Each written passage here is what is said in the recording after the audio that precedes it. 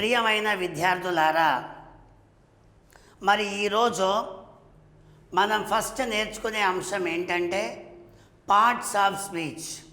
అసలు parts of speech అంటే ఏంటిది? ఒక వాక్యం ఉంటుంది, ఆ వాక్యములో పదాలు ఉంటాయి. ఆ పదాలన్నిటినీ కూడా పార్ట్లుగా డివైడ్ చేసి ఏ పార్ట్కి చెందిన పదమో ఏ భాషా భాగానికి చెందినది అని నేర్చుకునే విధానాన్నే పార్ట్స్ ఆఫ్ స్పీచ్ అనాలి. పార్ట్స్ ఆఫ్ స్పీచ్ అంటే తెలుగులో భాషా భాగములు అంటాము. అయితే ఈ భాషా భాగములో there are 8 parts of speech in grammar. అంటే గ్రామర్లో 8 రకాల పార్ట్స్ ఆఫ్ స్పీచ్ ఉన్నాయి. ఆ యొక్క parts of speech they are as follows.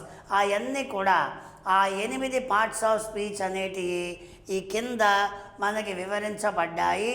ఆ ఏంటో ఒకసారి చూసుకుందాం. మరి ఫస్ట్ వచ్చేసి నౌన్ అంటాము. మరి నౌన్ అంటే నామవాచకము అనాల తెలుగులో. అలాగే ప్రనౌన్ అనగా సర్వనామము. తర్వాత వర్బ్ అంటే క్రియ, యాడ్జెక్టివ్ అంటే విశేషణము, యాడ్వర్బ్ అంటే క్రియా విశేషణము, ప్రిపోజిషన్ అంటే విభక్తి, కంజంక్షన్ అంటే సముచయము, మరి ఇంటర్జెక్షన్ అంటే ఖచ్చితంగా దాని ఆశ్చర్యార్థకం అంటాము. అయితే ప్రియమైన విద్యార్థులారా, ఎప్పుడైనా కూడా మనము భాషా భాగాలని గుర్తించాలి అంటే వాక్యాలలో ఏ పదాన్నైనా కూడా దేనికి చెందినది అనే భాషా భాగాన్ని గుర్తించాలంటే ప్రతి దాన్ని కూడా డీటెయిల్డ్గా మనం స్టడీ చేయాలి. ఆ డీటెయిల్ స్టడీ కోసము అన్నీ కూడా చాలా సింపుల్గా లాజికల్గా మీకు అందరికీ అర్థమయ్యే రీతిలో ఇవన్నీ కూడా ఎక్స్ప్లెయిన్ చేయటం జరుగుతుంది. ఫస్ట్ వచ్చేసి నౌన్ గురించి నేర్చుకుందాం. అసలు నౌన్ అంటే ఏంటిది? నౌన్ అనగా చాలామంది కూడా name of A person, name of A place, name of a thing అంటారు. అయితే నేను name of A person, name of A place, name of a thing అని అనొద్దు. నీకు వేరే విధంగా చాలా సింపుల్గా అర్థమయ్యేలాగా అసలు నౌన్ అంటే ఏంటిది అనే విషయాన్ని వివరిస్తాను. మరి ప్రియమైన విద్యార్థులారా, నౌన్ అనగా it is a word which tells about the names of all living things, non living things and places in the universe అని చెప్పాను. అంటే ఇక్కడ యూనివర్స్ అనగా విశ్వము, విశ్వం అనగా ఆకాశం, ఆకాశంలో ఉండే సమస్తం, భూమి, భూమిపై ఉండే సమస్తం, జలము, జలములో ఉండే సమస్తం. అయితే సమస్తం అంటే ఏంటిది? ఇక్కడ ఆకాశములో, భూమిపై, జలములో ఉండే ఏ లివింగ్ థింగ్ పేరైనా, నాన్ లివింగ్ థింగ్ పేరైనా, ప్లేస్ పేరైనా తెలిపేదాన్నే నౌన్ అని చెప్పాలి. ఇప్పుడు name of a person, name of a place, name of a thing మర్చిపోండి. ఇవి లాజికల్గా నేర్చుకుందాం. ఇది కాంపిటేటివ్ ఎగ్జామ్ కాబట్టి ప్రతి అంశాన్ని కూడా లాజికల్గా నేర్చుకుందాము. మరి ఇక్కడ నౌన్ అంటే లివింగ్ థింగ్స్కి చెందిన, నాన్ లివింగ్ థింగ్స్కి చెందిన, ప్లేసెస్కి చెందిన ఏ పదాన్నైనా కూడా మనం ఖచ్చితంగా నౌన్ అని గుర్తించాలి. అయితే మీకోసం ఇక్కడ ఎగ్జాంపుల్స్ని చెక్ చేద్దాం. ఏంటంటే Pranay has taken hall ticket from the principal అన్నాను. ఇక్కడ ఫస్ట్ ఎగ్జాంపుల్లో Pranay has taken hall ticket from the principal. మరి ఇక్కడ ప్రణయ్ అనే పదం వచ్చింది. ప్రణయ్ అంటే మనిషి, మనిషి అంటే లివింగ్ థింగ్. సో లివింగ్ థింగ్కి చెందిన పదం కాబట్టి ఖచ్చితంగా దాన్ని నౌన్ అని గుర్తించాలి. మరి అదేవిధంగా వాక్యాన్ని పరిశీలిస్తే ఇక్కడ హాల్ టికెట్ అనే వర్డ్ వచ్చింది. హాల్ టికెట్ అంటే పేపర్ కదా, పేపర్ అంటే నాన్ లివింగ్ థింగ్ కదా. అది నాన్ లివింగ్ థింగ్ కాబట్టి మనం కంపల్సరీగా నౌన్గా గుర్తించాలి. అలాగే తర్వాత ప్రిన్సిపాల్ అని వచ్చింది. ప్రిన్సిపాల్ అంటే మనిషి కదా, మనిషి అంటే లివింగ్ థింగ్ కదా. సో లివింగ్ థింగ్కి చెందిన, నాన్ లివింగ్ థింగ్కి చెందిన, ప్లేసెస్కి చెందిన ఏ వర్డ్ వచ్చినా కూడా ఆ వర్డ్స్ని మనం ఖచ్చితంగా గ్రామర్ ప్రకారము నౌన్ అని గుర్తించాలి. తర్వాత mother cuts vegetables with a knife అన్నాను. సో ప్రియమైన విద్యార్థులారా, ఈ ఎగ్జాంపుల్లో మదర్ అనే వర్డ్ వచ్చింది.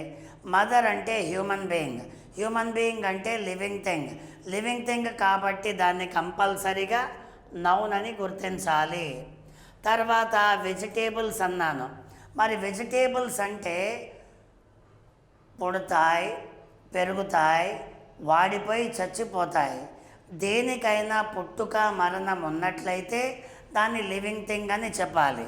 సో లివింగ్ థింగ్ కాబట్టి వెజిటేబుల్స్ అంటే లివింగ్ థింగ్ కాబట్టి దాన్ని నౌన్గా గుర్తించాలి. అంటే లివింగ్ థింగ్ అంటే ఏంటిది? ఆకాశములో ఎగిరే పక్షులు, భూమిపై జీవించే ప్రతి జీవరాశులు, మనిషి, జంతువులు, భూమిపైన జలములో ఉండే ఏ జీవరాశి అయినా, సో ఎనీథింగ్, ఏ లివింగ్ థింగ్ అయినా సరే, ఏ నాన్ లివింగ్ థింగ్ అయినా సరే, ఏ ప్లేస్ అయినా సరే, ఇటువంటి పేర్లకి చెందిన పదాలు వస్తే దాన్ని కంపల్సరీగా నౌన్ అని గుర్తించాలి. అలాగే నైఫ్ అని వచ్చింది. నైఫ్, నైఫ్ అంటే ఏంటిది? ఇక్కడ ప్రాణం లేని వస్తువు అంటే నాన్ లివింగ్ థింగ్ అన్నమాట. సో నాన్ లివింగ్ థింగ్ కాబట్టి నౌన్ అని గుర్తించాలి.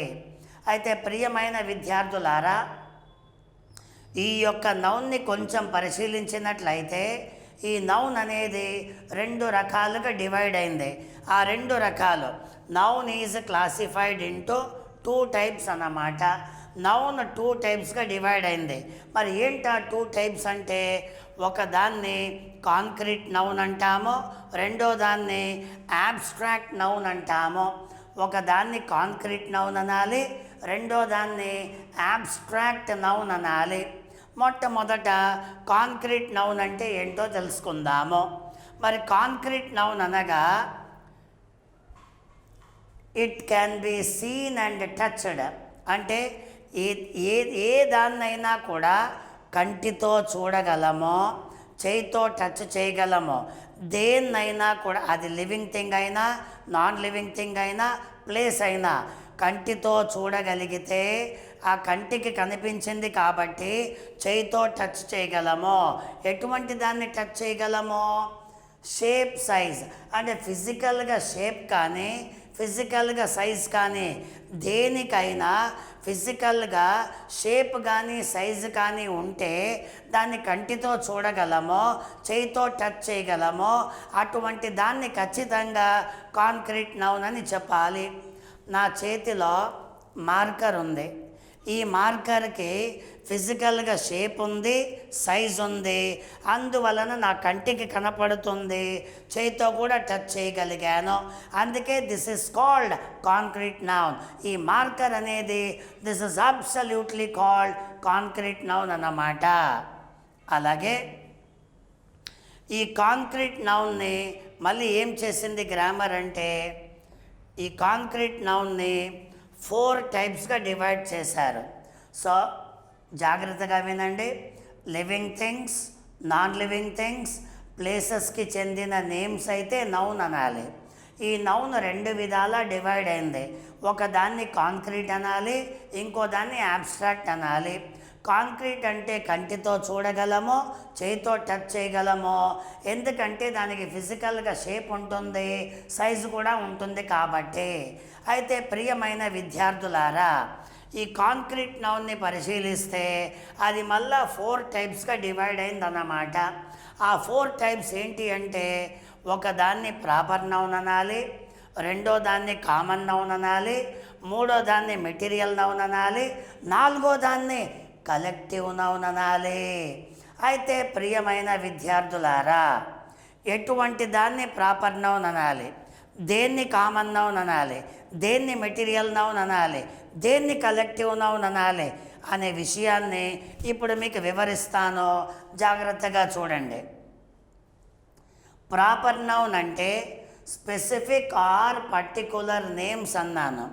స్పెసిఫిక్ ఆర్ పర్టికులర్ నేమ్స్ అంటే దేన్నైనా కూడా ఒక స్పెసిఫిక్ నేమ్తో, ఒక పర్టికులర్ నేమ్తో పిలిచినట్లయితే దాన్నే ప్రాపర్ నౌన్ అని చెప్పాలి.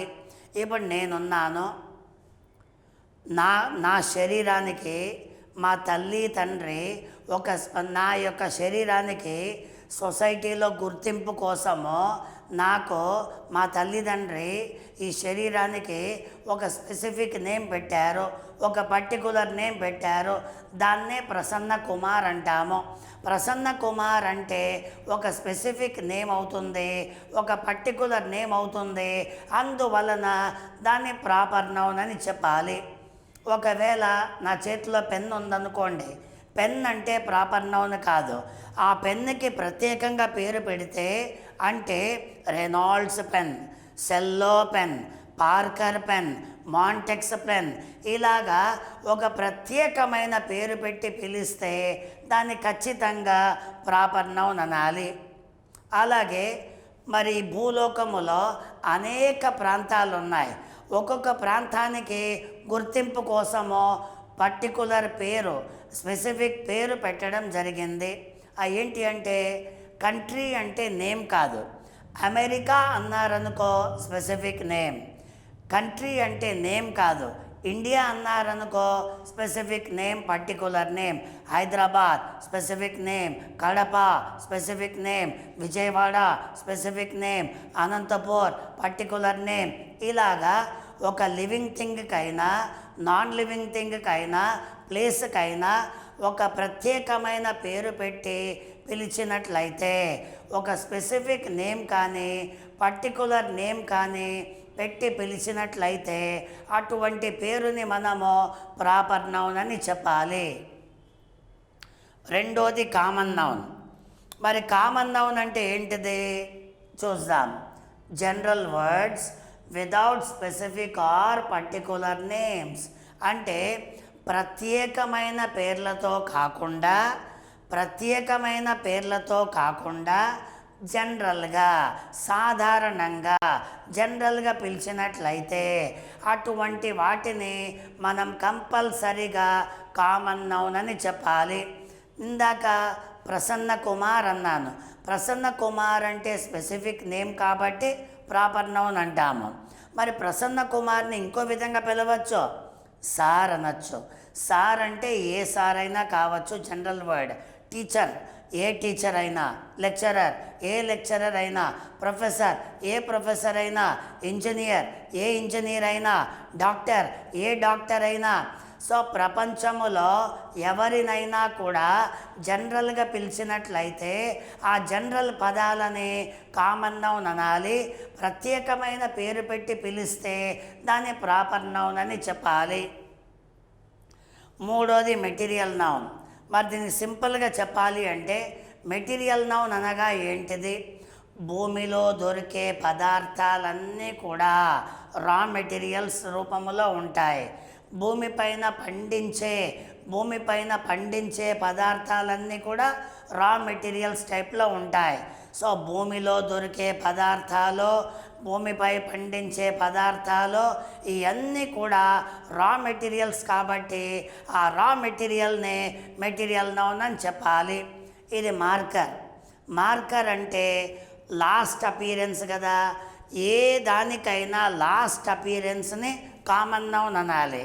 దానికి ముందుండే అపియరెన్స్ని రా మెటీరియల్ కాబట్టి మెటీరియల్ నౌన్ అనాలి.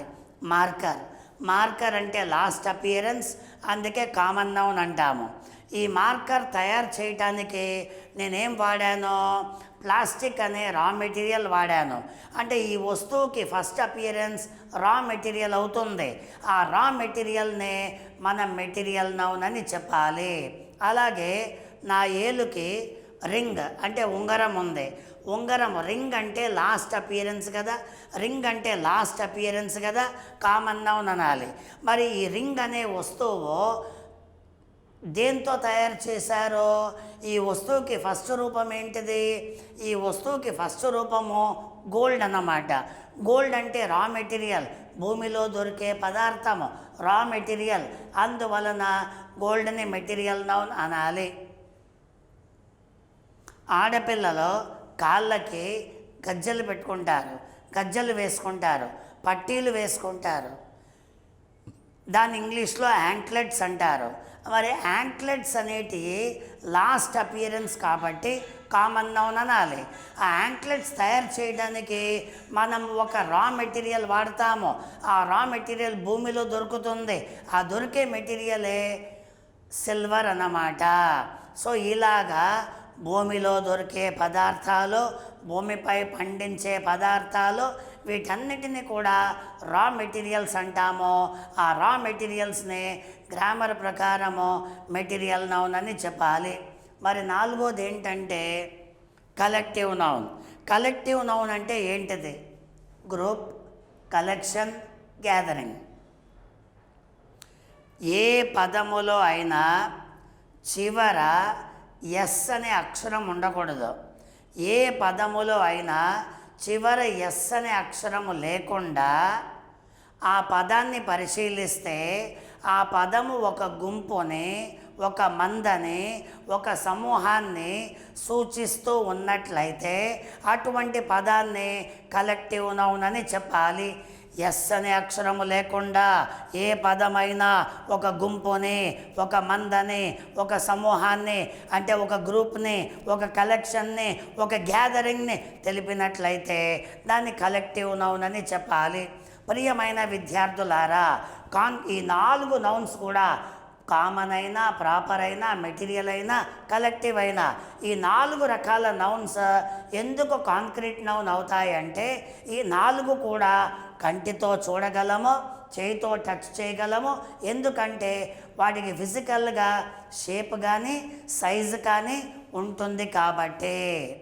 సో ప్రియమైన విద్యార్థులారా, ఒక్కసారి కాంక్రీట్ నౌన్ అనగా ఫిజికల్గా షేప్ కానీ సైజు కానీ ఉంటూ కంటికి కనపడుతూ చేయితో టచ్ చేయగలిగేది కాంక్రీట్ నౌన్.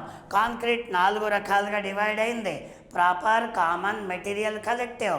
స్పెసిఫిక్ పర్టికులర్ నేమ్ని తెలిపితే శిష్యులారా దాన్ని ప్రాపర్ నౌన్ అనాలి. పేర్లతో కాకుండా జనరల్గా పిలిచినట్లయితే దాన్ని ఖచ్చితంగా కామన్ నౌన్ అని చెప్పాలి. భూమిలో దొరికే, భూమిపై పండించే ఏ రా మెటీరియల్ అయినా మనకు కనపడినట్లయితే దాన్ని మెటీరియల్ నౌన్ అనాలి. ఒక గ్రూప్ గురించి, ఒక కలెక్షన్ గురించి, ఒక గ్యాదరింగ్ గురించి, అది గుంపు, మంద, సమూహముని తెలుపుతూ ఏ పదమైనా ఎస్ అక్షరము చివర లేకుండా ఉన్నట్లయితే దాన్ని కలెక్టివ్ నౌన్ అని చెప్పాలి.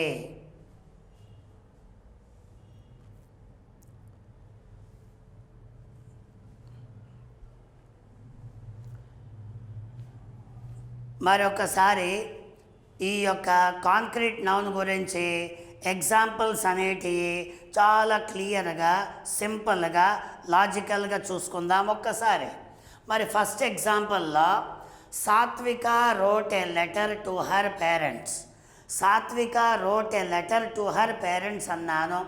ఇప్పుడు ఈ ఎగ్జాంపుల్స్లో మనం ఏం చేయాలంటే ఫస్ట్ నౌన్ అంటే ఏంటిది గుర్తించాలి. నౌన్ గుర్తించిన తర్వాత ఆ నౌన్ ఏ టైప్ ఆఫ్ నౌన్ని తెలిపిందో మనం దాన్ని కూడా గుర్తించాలి. ప్రియమైన శిష్యులారా, మరి ఇక్కడ సాత్విక అన్నాను. మరి సాత్విక అంటే ఏంటిది? సాత్విక అంటే హ్యూమన్ బీయింగ్ కదా. హ్యూమన్ బీయింగ్ అంటే లివింగ్ థింగ్ కదా. సో లివింగ్ థింగ్ కాబట్టి దాన్ని ఏమనాలి? నౌన్ అనాలి. మరి ఈ నౌన్ పక్కాగా సాత్విక అంటే ఒక శరీరానికి పెట్టిన స్పెసిఫిక్ నేమ్ కదా, పర్టికులర్ నేమ్ కదా. అందువలన ఈ నౌన్ని మనం ప్రాపర్ నౌన్ అనాలి. తర్వాత ఇక్కడ లెటర్ అనే వర్డ్ వచ్చింది. లెటర్ అంటే పేపర్ కదా, నాన్ లివింగ్ థింగ్ కదా, అందువలన నౌన్ అనాలి. అలాగే లెటర్ అంటే ఏ లెటర్ అయినా కావచ్చు కదా, ఎనీ లెటర్ కాబట్టి జనరల్ వర్డ్. ఆ జనరల్ వర్డ్ని ఖచ్చితంగా కామన్ నౌన్ అని చెప్పాలి. అలాగే పేరెంట్స్ అన్నాను. పేరెంట్స్ అంటే లివింగ్ థింగ్ కదా, లివింగ్ థింగ్ అంటే పక్కాగా నౌన్ అవుతుంది. మరి ఏ నౌన్ అయినా కూడా చివర ఎస్ అనే అక్షరముతో ఎండ్ అయితే, ఏ నౌన్ అయినా చివర ఎస్ అనే అక్షరముతో ఎండ్ అయితే అది పక్కాగా జనరల్ వర్డ్ అవుతుంది. అందువలన దాన్ని కామన్ నౌన్గా గుర్తించాలి. తర్వాత Praveen went to meet the manager in Chennai. Praveen went to meet the manager in Chennai. ఇక్కడ ప్రవీణ్ అనే వర్డ్ లివింగ్ థింగ్ కాబట్టి దాన్ని నౌన్ అనాలి. ఈ ప్రవీణ్ అనేది స్పెసిఫిక్ నేమ్ కదా, స్పెసిఫిక్ నేమ్ కాబట్టి ప్రాపర్ నౌన్ అని చెప్పాలి. అలాగే మేనేజర్ అన్నాను. మేనేజర్ అంటే మేనేజర్ అంటే మనిషి కదా, లివింగ్ థింగ్ కదా, లివింగ్ థింగ్ కాబట్టి నౌన్ అనాలి. మేనేజర్ అంటే ఎనీ మేనేజర్ కదా, ఎవరైనా కావచ్చు కదా, అప్పుడు జనరల్ వర్డ్ అవుతుంది, కామన్ నౌన్ అనాలి. చెన్నై. చెన్నై అంటే ఏంటిది? ఇది ఒక ప్లేస్ని తెలిపింది కాబట్టి నౌన్. లివింగ్ థింగ్స్ని తెలిపినా, నాన్ లివింగ్ థింగ్స్ని తెలిపినా, ప్లేస్ని తెలిపినా దాన్ని ఖచ్చితంగా నౌన్ అని చెప్పాలి. అయితే ఇక్కడ నౌన్లో ఏ టైప్ ఆఫ్ నౌన్ కనిపెట్టాలి? చెన్నై అంటే ఒక ప్లేస్కి పెట్టిన స్పెసిఫిక్ నేమ్ కదా, పర్టికులర్ నేమ్ కదా, అందువలన ఇక్కడ మనము ప్రాపర్ నౌన్ అంటాము. అలాగే నెక్స్ట్ ఎగ్జాంపుల్ని పరిశీలిస్తే the ring is made of gold అన్నాను. The ring is made of gold. ఇక్కడ రింగ్ అనే పదము నాన్ లివింగ్ థింగ్ని తెలిపింది. నాన్ లివింగ్ థింగ్ని తెలిపే ఏ పదమైనా కూడా నౌన్ అవుతుంది. మరి నౌన్లో రింగ్ అంటే ఏ రింగ్ అయినా కావచ్చు కదా, ఎనీ రింగ్ కదా, అప్పుడు జనరల్ వర్డ్ కదా, అందుకే జనరల్ వర్డ్ని కంపల్సరీగా కామన్ నౌన్ అని చెప్పాలి. తర్వాత the ring is made of gold అన్నాను. గోల్డ్ అంటే నాన్ లివింగ్ థింగ్ కదా, నాన్ లివింగ్ థింగ్ని పక్కాగా నౌన్ అని చెప్పాలి. అలాగే గోల్డ్ అనేది భూమిలో దొరికే రా మెటీరియల్ కదా, భూమిలో దొరికే రా మెటీరియల్ కాబట్టి దాన్ని కంపల్సరీగా మెటీరియల్ నౌన్గా గుర్తించాలి. Silver is used to make anklets.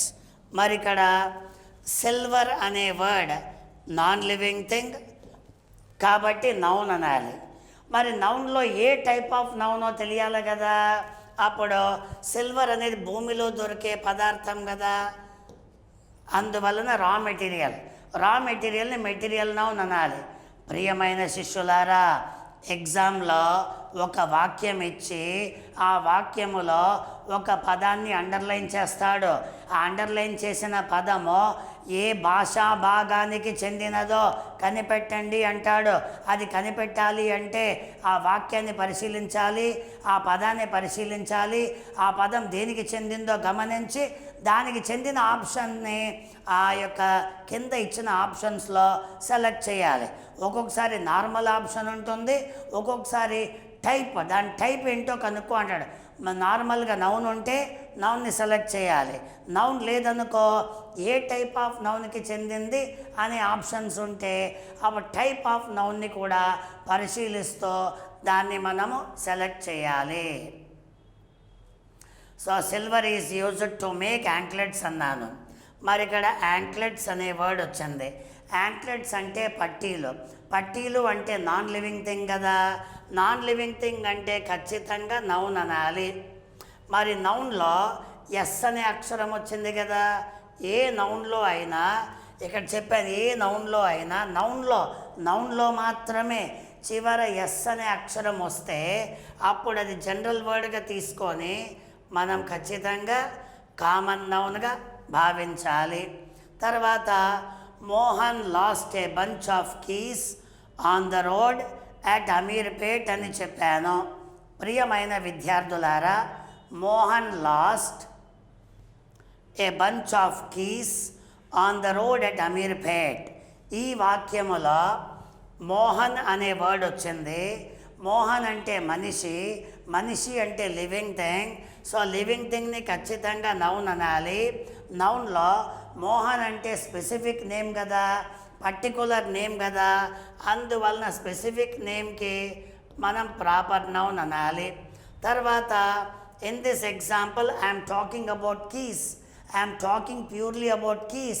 The word keys comes under non-living thing. So non living thing కాబట్టి నౌన్ అనండి. ఈ నౌన్లో చివర ఎస్ అక్షరం వచ్చింది కదా. ఏ నౌన్కైనా చివర ఎస్ అక్షరం వస్తే అది జనరల్ వర్డ్ అవుతుంది. జనరల్ వర్డ్ కాబట్టి మోస్ట్లీ కామన్ నౌన్ అనాలి. తర్వాత రోడ్ అనే వర్డ్ వచ్చింది. రోడ్ అంటే ప్లేస్. ప్లేస్ని మనం నౌన్ అనాలి. మరి ఈ యొక్క ప్లేస్ని గమనిస్తే ఇక రోడ్ అంటే ఏ రోడ్ అయినా కావచ్చు, ఎనీ రోడ్ అన్నమాట. అది ఏ రోడ్ అయినా కావచ్చు కాబట్టి జనరల్ వర్డ్గా తీసుకొని కామన్ నౌన్గా గుర్తించాలి. తర్వాత అమీర్పేట్ అని వచ్చింది. అమీర్పేట్ అంటే ప్లేస్ కదా, ప్లేస్ని మనం నౌన్ అని చెప్పాలి. మరి అమీర్పేట్ అంటే ఒక ప్లేస్కి పెట్టిన స్పెసిఫిక్ నేమ్ కదా, స్పెసిఫిక్ నేమ్ కాబట్టి దీన్ని మనము ఏమని చెప్పాలి, ప్రాపర్ నౌన్ అని చెప్పాలి. అలాగే a herd of elephants came in to the fields from Nallamala forest అన్నాను. A herd of elephants came in to the fields from Nallamala forest. ఈ వాక్యములో ఎలిఫెంట్స్ గురించి మాట్లాడాను. ఎలిఫెంట్స్ అంటే యానిమల్స్, యానిమల్స్ అంటే living thing. So living thing అంటే పక్కా noun అవుతుంది. ఈ నౌన్లో చివర ఎస్ అక్షరం వచ్చింది అంటే ఏ ఎలిఫెంట్ అయినా కావచ్చు. అందువలన దాన్ని జనరల్ వర్డ్గా తీసుకొని కామన్ నౌన్గా గుర్తించాలి. మరి ఇక్కడ పైన ఎగ్జాంపుల్లో Mohan lost a bunch of keys అన్నాను. కీస్ అంటే నౌన్, కామన్ నౌన్ కదా. హౌ మెనీ కీస్ నైనా, how many keys, how many keys. Bunch, bunch అంటే గ్రూప్, బంచ్ అంటే కలెక్షన్, బంచ్ అంటే గ్యాదరింగ్.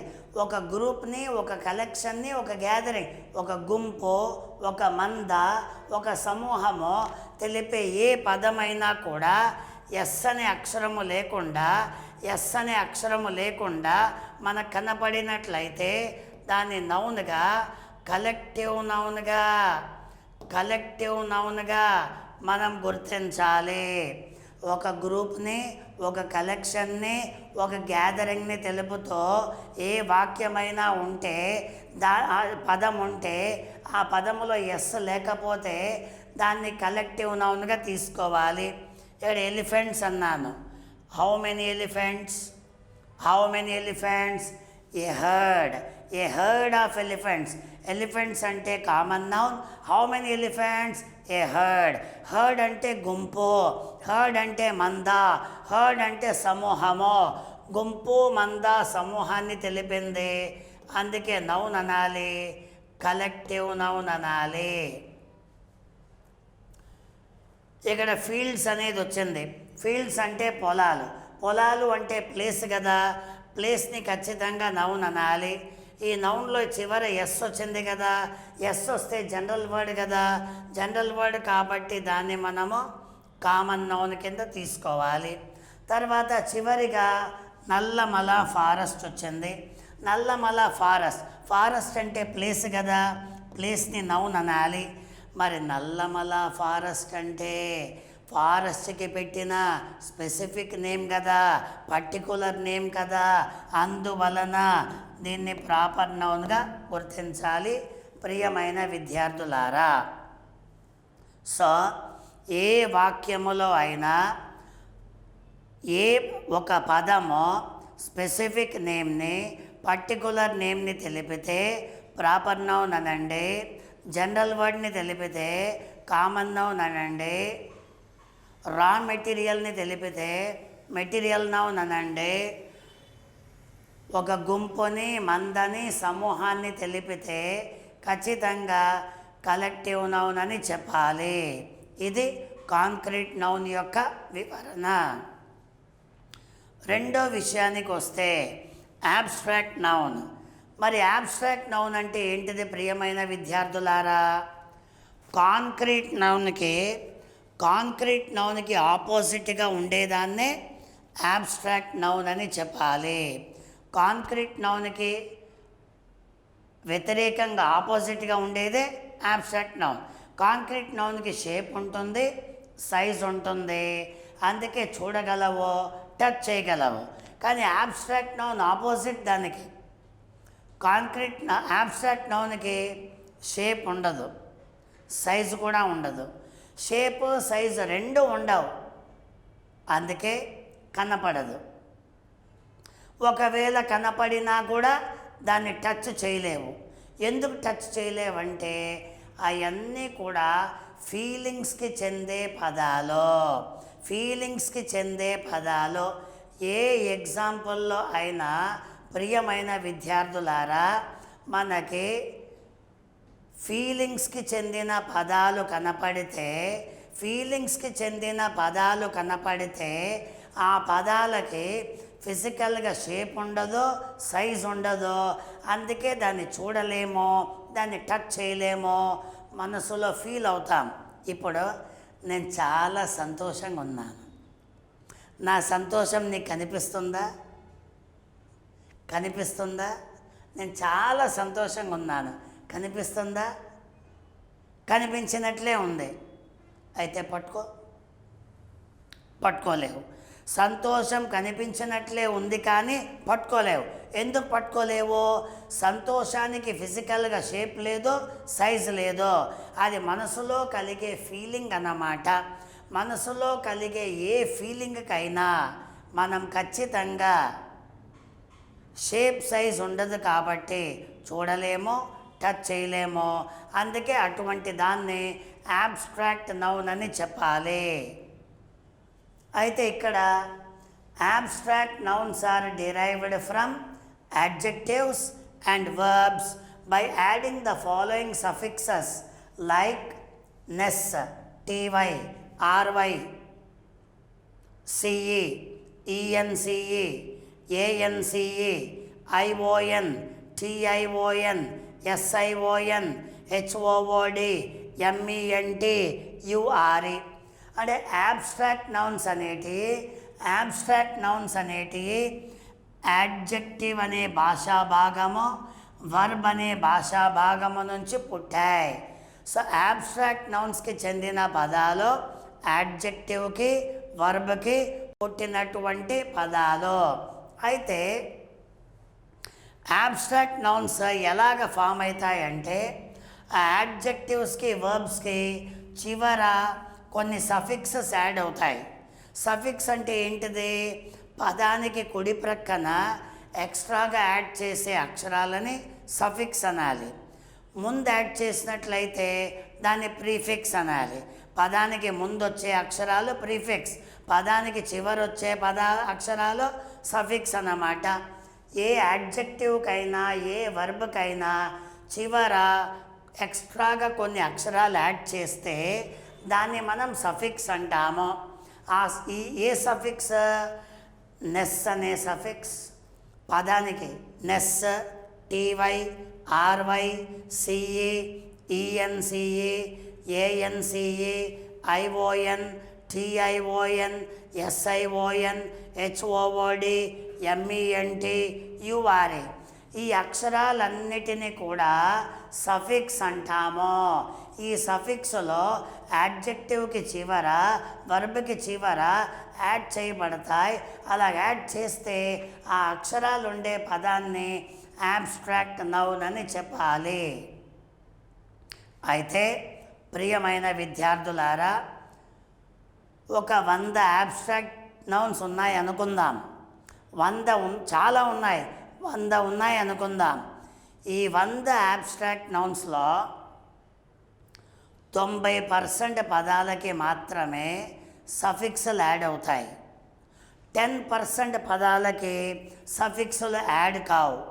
సఫిక్స్లు వచ్చినా, సఫిక్స్లు రాకపోయినా, ఏ పదమైనా కూడా ఫీలింగ్స్కి రిలేట్ అయితే అటువంటి పదాలని చూడలేమో, టచ్ చేయలేమో. అందుకే వాటికి ఫిజికల్గా షేప్ ఉండదు, సైజ్ ఉండదు. షేప్ సైజ్ ఉండదు కాబట్టి చూడలేమో, టచ్ చేయలేమో. అందువలన అటువంటి నౌన్స్నే ఫీలింగ్స్గా తీసుకొని ఆ ఫీలింగ్స్కి చెందిన పదాలని యాబ్స్ట్రాక్ట్ నౌన్గా వర్ణించాలి. స్వప్రియమైన విద్యార్థులారా, కాంక్రీట్ నౌన్ అంటే చూడగలమో, టచ్ చేయగలమో, ఫిజికల్ షేప్ సైజ్ ఉంటుంది. యాబ్స్ట్రాక్ట్ నౌన్ అయితే షేప్ ఉండదు, సైజ్ ఉండదు, చూడలేమో, టచ్ చేయలేమో, మనసులో ఫీల్ అవుతాం.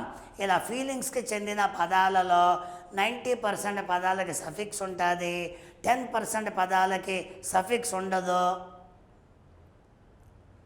అవన్నీ కూడా ఫీలింగ్స్కి రిలేట్ అవుతాయి కాబట్టి అవన్నిటిని యాబ్స్ట్రాక్ట్ నౌన్ అనాలి.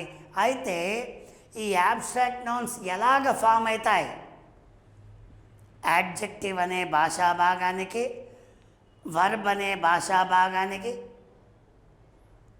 ఈ సఫిక్స్లు యాడ్ అవుతూ ఫీలింగ్ని తెలుపుతాయి కాబట్టి వాటిని యాబ్స్ట్రాక్ట్ నౌన్ అంటాము.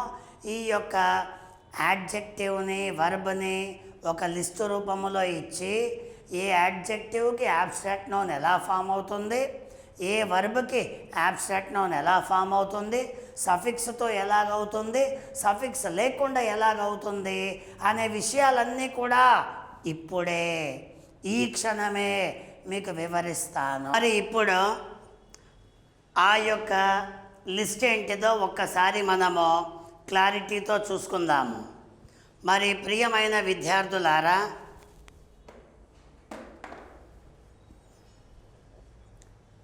యాడ్జెక్టివ్స్, వర్బ్స్, యాబ్స్ట్రాక్ట్ నౌన్స్ ఎలాగ మారుతాయి? ఇందాక నేను కొన్ని సఫిక్సెస్ చెప్పాను. మొట్టమొదట సఫిక్స్లు వచ్చే లిస్ట్ ఏంటో చూద్దాం. దాని తర్వాత సఫిక్స్లు రాకుండా ఉండే లిస్ట్ కూడా చూద్దాం. మరి శిష్యులారా, యాడ్జెక్టివ్స్, వర్బ్స్, ఇక్కడ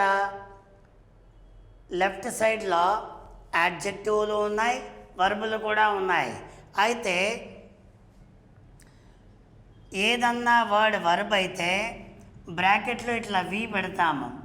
బ్రాకెట్లో వి పెట్టినట్లయితే ఆ పదం వర్బ్ అవుతుంది. ఒకవేళ వి లేదనుకో ఆ పదాలన్నీ యాడ్జెక్టివ్స్ అవుతాయి. యాడ్జెక్టివ్స్ అంటే గుణాన్ని తెలిపే పదాలు. వర్బ్ అంటే యాక్షన్, యాక్షన్ అంటే పనిని తెలిపే పదాలు. సో పనిని తెలిపే పదాన్ని వర్బ్ అనాలి, విశేషణాన్ని యాడ్జెక్టివ్ అనాలి. ఈ లిస్ట్ అంతా అదే. ఆ పదాలు యాబ్స్ట్రాక్ట్ నౌన్గా ఎలా మార్పు చెందుతాయి? మరి ఫస్ట్ నెస్ అనే టాపిక్ని చూద్దాం. నెస్తో వచ్చే సఫిక్స్లు ఏంటి? Good, goodness. ఇక్కడ నెస్ వచ్చింది చూసారా? Good, goodness. Kind, kindness. Dark, darkness.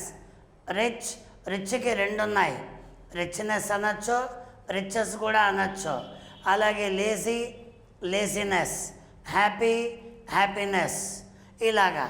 తర్వాత టీవై అక్షరాలు వస్తే, టీవై అక్షరాలు సఫిక్స్లో వస్తే దాన్ని కూడా యాబ్స్ట్రాక్ట్ నౌన్ అనాలి.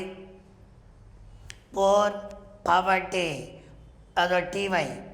అలాగే honest, honesty. Beautiful, beauty. Sincere, sincerity. అలాగే యునైట్, యూనిటీ. సో ప్రియమైన విద్యార్థులారా, ఈ విధంగా ఇవన్నీ ఉంటాయి. తర్వాత ఆర్వై విషయానికి వస్తే, ఆర్వై విషయానికి వస్తే ఎలాగా అనేది ఒక్కసారి చూసుకుందాం. Brave, bravery. అదిగో ఆర్వై వచ్చింది. Brave, bravery. Treacherous, treachery. Treacherous, treachery. అలాగే ఫోర్జ్, ఫోర్జ్ అంటే వర్బ్, వర్బ్ కాబట్టి ఫోర్జరీ. రాబ్, రాబ్ అంటే verb, robbery. Machined, machinery. Confectioned, confectionery. Stationed, stationery. Poetic, poetry. Scenic, scenery. ఇలా ఉంటాయి. ఓకే, నెస్ మీద పదాలు అయిపోయాయి, టీవై మీద అయిపోయాయి, ఆర్వై కూడా అయిపోయింది. ఇప్పుడు నెక్స్ట్ సిఈ అన్నమాట. సిఈ అంటే ఏంటిది? ఇక్కడ ఏ పదములో అయినా చివర సిఈ అక్షరాలు వస్తే దాన్ని యాబ్స్ట్రాక్ట్ నౌన్ అనాలి. ఎస్ఈ అక్షరాలు వస్తే వర్బ్ అనాలి. ఇక్కడ అడ్వైజ్ అనేది వచ్చింది. అడ్వైజ్లో ఎస్ఈ అక్షరాలు ఉన్నాయి కదా, ఎస్ఈ అక్షరాలు వస్తే వర్బ్ అవుతుంది. ఆ వర్బ్ని నౌన్గా చేయాలంటే సిఈ అక్షరాలు రాయాలి. అలాగే ప్రాక్టీస్లో ఎస్ఈ అక్షరాలు వచ్చాయి, ఎస్సీ వచ్చినట్లయితే వర్బ్ అవుతుంది. దాన్ని నౌన్ చేయాలంటే సిఈ అక్షరాలు వాడాలి. సార్ వర్బ్కి నౌన్కి తేడా ఏంటిది సార్? ప్రియమైన విద్యార్థులారా, ఇది సబ్జెక్ట్, సబ్జెక్ట్ తర్వాత వచ్చేది వర్బ్, వర్బ్ తర్వాత వచ్చేది ఆబ్జెక్ట్. వర్బ్ ప్లేస్లో వర్బ్ స్పెల్లింగే రాయాలి, వర్బ్ ప్లేస్లో వర్బ్ స్పెల్లింగే రాయాలి. సబ్జెక్ట్ అంటే నౌన్ కదా, ఆబ్జెక్ట్ అంటే నౌన్ కదా. సబ్జెక్ట్లో నౌన్ అయినా రావచ్చు, ప్రొనౌన్ అయినా రావచ్చు. ఒకవేళ నౌన్ వాడితే అప్పుడు నౌన్ స్పెల్లింగ్ రావాలి, సబ్జెక్ట్లో నౌన్ స్పెల్లింగ్ రావాలి, ఆబ్జెక్ట్లో నౌన్ స్పెల్లింగ్ రావాలి, వర్బ్లో వర్బ్ స్పెల్లింగ్ రావాలన్నమాట. అయితే అడ్వైస్, అడ్వైస్, ప్రాక్టీస్, ప్రాక్టీస్ ఈ విధంగా ఉంటుంది. మరి అలాగే శిష్య నెక్స్ట్ వచ్చేసి సఫిక్స్ ఈఎన్సిఈ చూద్దాం. మరి ఈఎన్సిఈ అంటే ప్రియమైన శిష్యులారా, intelligent, intelligence, excellent, excellence, independent, independence, obedient, obedience, negligent, negligence, prefer, prefer అంటే verb, preference, refer verb, reference, patient, patience. అలాగా తర్వాత ఏఎన్సిఈ అంటాము. మరి ఏఎన్సిఈకి ఎలా రాయాలి? Important, importance, ignorant, ignorance, arrogant, arrogant అంటే మీనింగ్ గర్వము, యారోగెంట్ అంటే గర్వము. ఇంతకుముందు ట్రెచరస్ అన్నాను కదా, ఇంతకుముందు ట్రెచరస్, ట్రెచరీ 60లో ట్రెచరస్, ట్రెచరీ అంటే మోసము, ట్రెచరస్ అంటే మోసము. అలాగే ఇక్కడ యారోగెంట్ అంటే కోపము అనుకుంటారు అందరు, కోపం కాదు, గర్వము, proud. Arrogant, arrogance, brilliant, brilliance, disturb అంటే వర్బ్, డిస్టర్బెన్స్, అపియర్ అంటే వర్బ్, అపియరెన్స్, క్లియర్ అంటే వర్బ్, క్లియరెన్స్, ఇన్షూర్ అంటే వర్బ్, ఇన్షూరెన్స్. ఇవన్నీ కూడా సఫిక్స్లతో వచ్చేటువంటి యాబ్స్ట్రాక్ట్ నౌన్స్. యాబ్స్ట్రాక్ట్ నౌన్స్ అంటే ఫీలింగ్స్కి చెందిన పదాలు. Next suffix ION, TION, SION. ఇక్కడ ప్రిపేర్, ప్రిపేర్ అంటే వర్బ్, ప్రిపరేషన్, ప్రమోట్ అంటే verb, promotion, donate verb, donation, examine verb, examination, discuss అంటే వర్బ్, డిస్కషన్, సబ్మిట్ అంటే వర్బ్, సబ్మిషన్, కన్క్లూడ్ అంటే వర్బ్, కన్క్లూషన్. ఇలా తర్వాత హెచ్ఓఓడి హుడ్. మరి హుడ్ అన్నప్పుడు childish, childhood, boyish, boyhood, motherly, motherhood, brotherly, brotherhood. ఇట్లా HOOD అనే సఫిక్స్ వచ్చినా కూడా అది యాబ్స్ట్రాక్ట్ నౌన్ అవుతుంది. తర్వాత మెంట్ అనే సఫిక్స్ వస్తే, మెంట్ అనే సఫిక్స్ వస్తే అది కూడా యాబ్స్ట్రాక్ట్ నౌనే అవుతుంది. ఎంగేజ్ అంటే వర్బ్, ఎంగేజ్మెంట్, ఎన్కరేజ్ అంటే వర్బ్, ఎన్కరేజ్మెంట్, అటాచ్ అంటే వర్బ్, అటాచ్మెంట్, పనిష్ అంటే వర్బ్, పనిష్మెంట్, అలాట్ అంటే వర్బ్, అలాట్మెంట్, రిక్రూట్ అంటే వర్బ్, రిక్రూట్మెంట్. ఇలాగా మెంట్ గురించి. అలాగే నెక్స్ట్ సఫిక్స్ యుఆర్ఈ. మరి యుఆర్ఈ అంటే ఇక్కడ ఫర్నిష్ అంటే వర్బ్, ఫర్నిచర్, డిపార్ట్ అంటే వర్బ్, డిపార్చర్, ఎన్క్లోజ్ అంటే వర్బ్, ఎన్క్లోజర్, ప్రొసీడ్ అంటే వర్బ్, ప్రొసీజర్, సైన్ అంటే వర్బ్, సిగ్నేచర్, ప్రెస్ అంటే verb, pressure, natural, nature, adventurous, adventure. So ప్రియమైన విద్యార్థులారా, ఈ విధంగా ఎప్పుడైనా కూడా ness, TY, RY, CE, ENCE, ANCE, ION, TION, SION, HOOD, URE ఇటువంటి సఫిక్స్లో ఎప్పుడైనా యాడ్జెక్టివ్కి చివర, వర్బ్కి చివర కనపడినట్లయితే ఆ పదాలని ఫీలింగ్స్కి రిలేట్ చేస్తాం. ఫీలింగ్స్కి చెందిన పదాలు కాబట్టి దాన్ని ఖచ్చితంగా యాబ్స్ట్రాక్ట్ నౌన్ అని చెప్పాలి. ఇప్పుడు సబ్ హెడింగ్ వచ్చేసి ఇప్పటి వరకు సఫిక్స్ వచ్చే పదాలు చూసాము.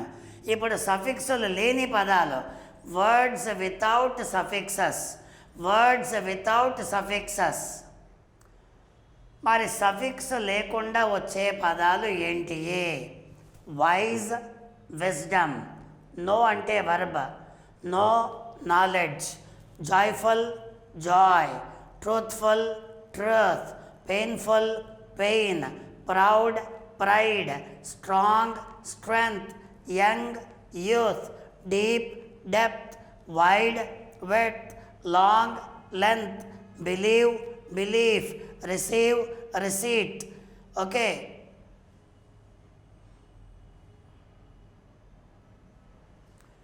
సో ఈ విధంగా ప్రియమైన శిష్యులారా, living things, non living things, ప్లేసెస్కి చెందిన ఏ పదాలైనా కూడా నేమ్స్ని తెలిపితే, అంటే names of living things, names of non living things, names of ప్లేసెస్ని తెలిపితే నౌన్ అనాలి.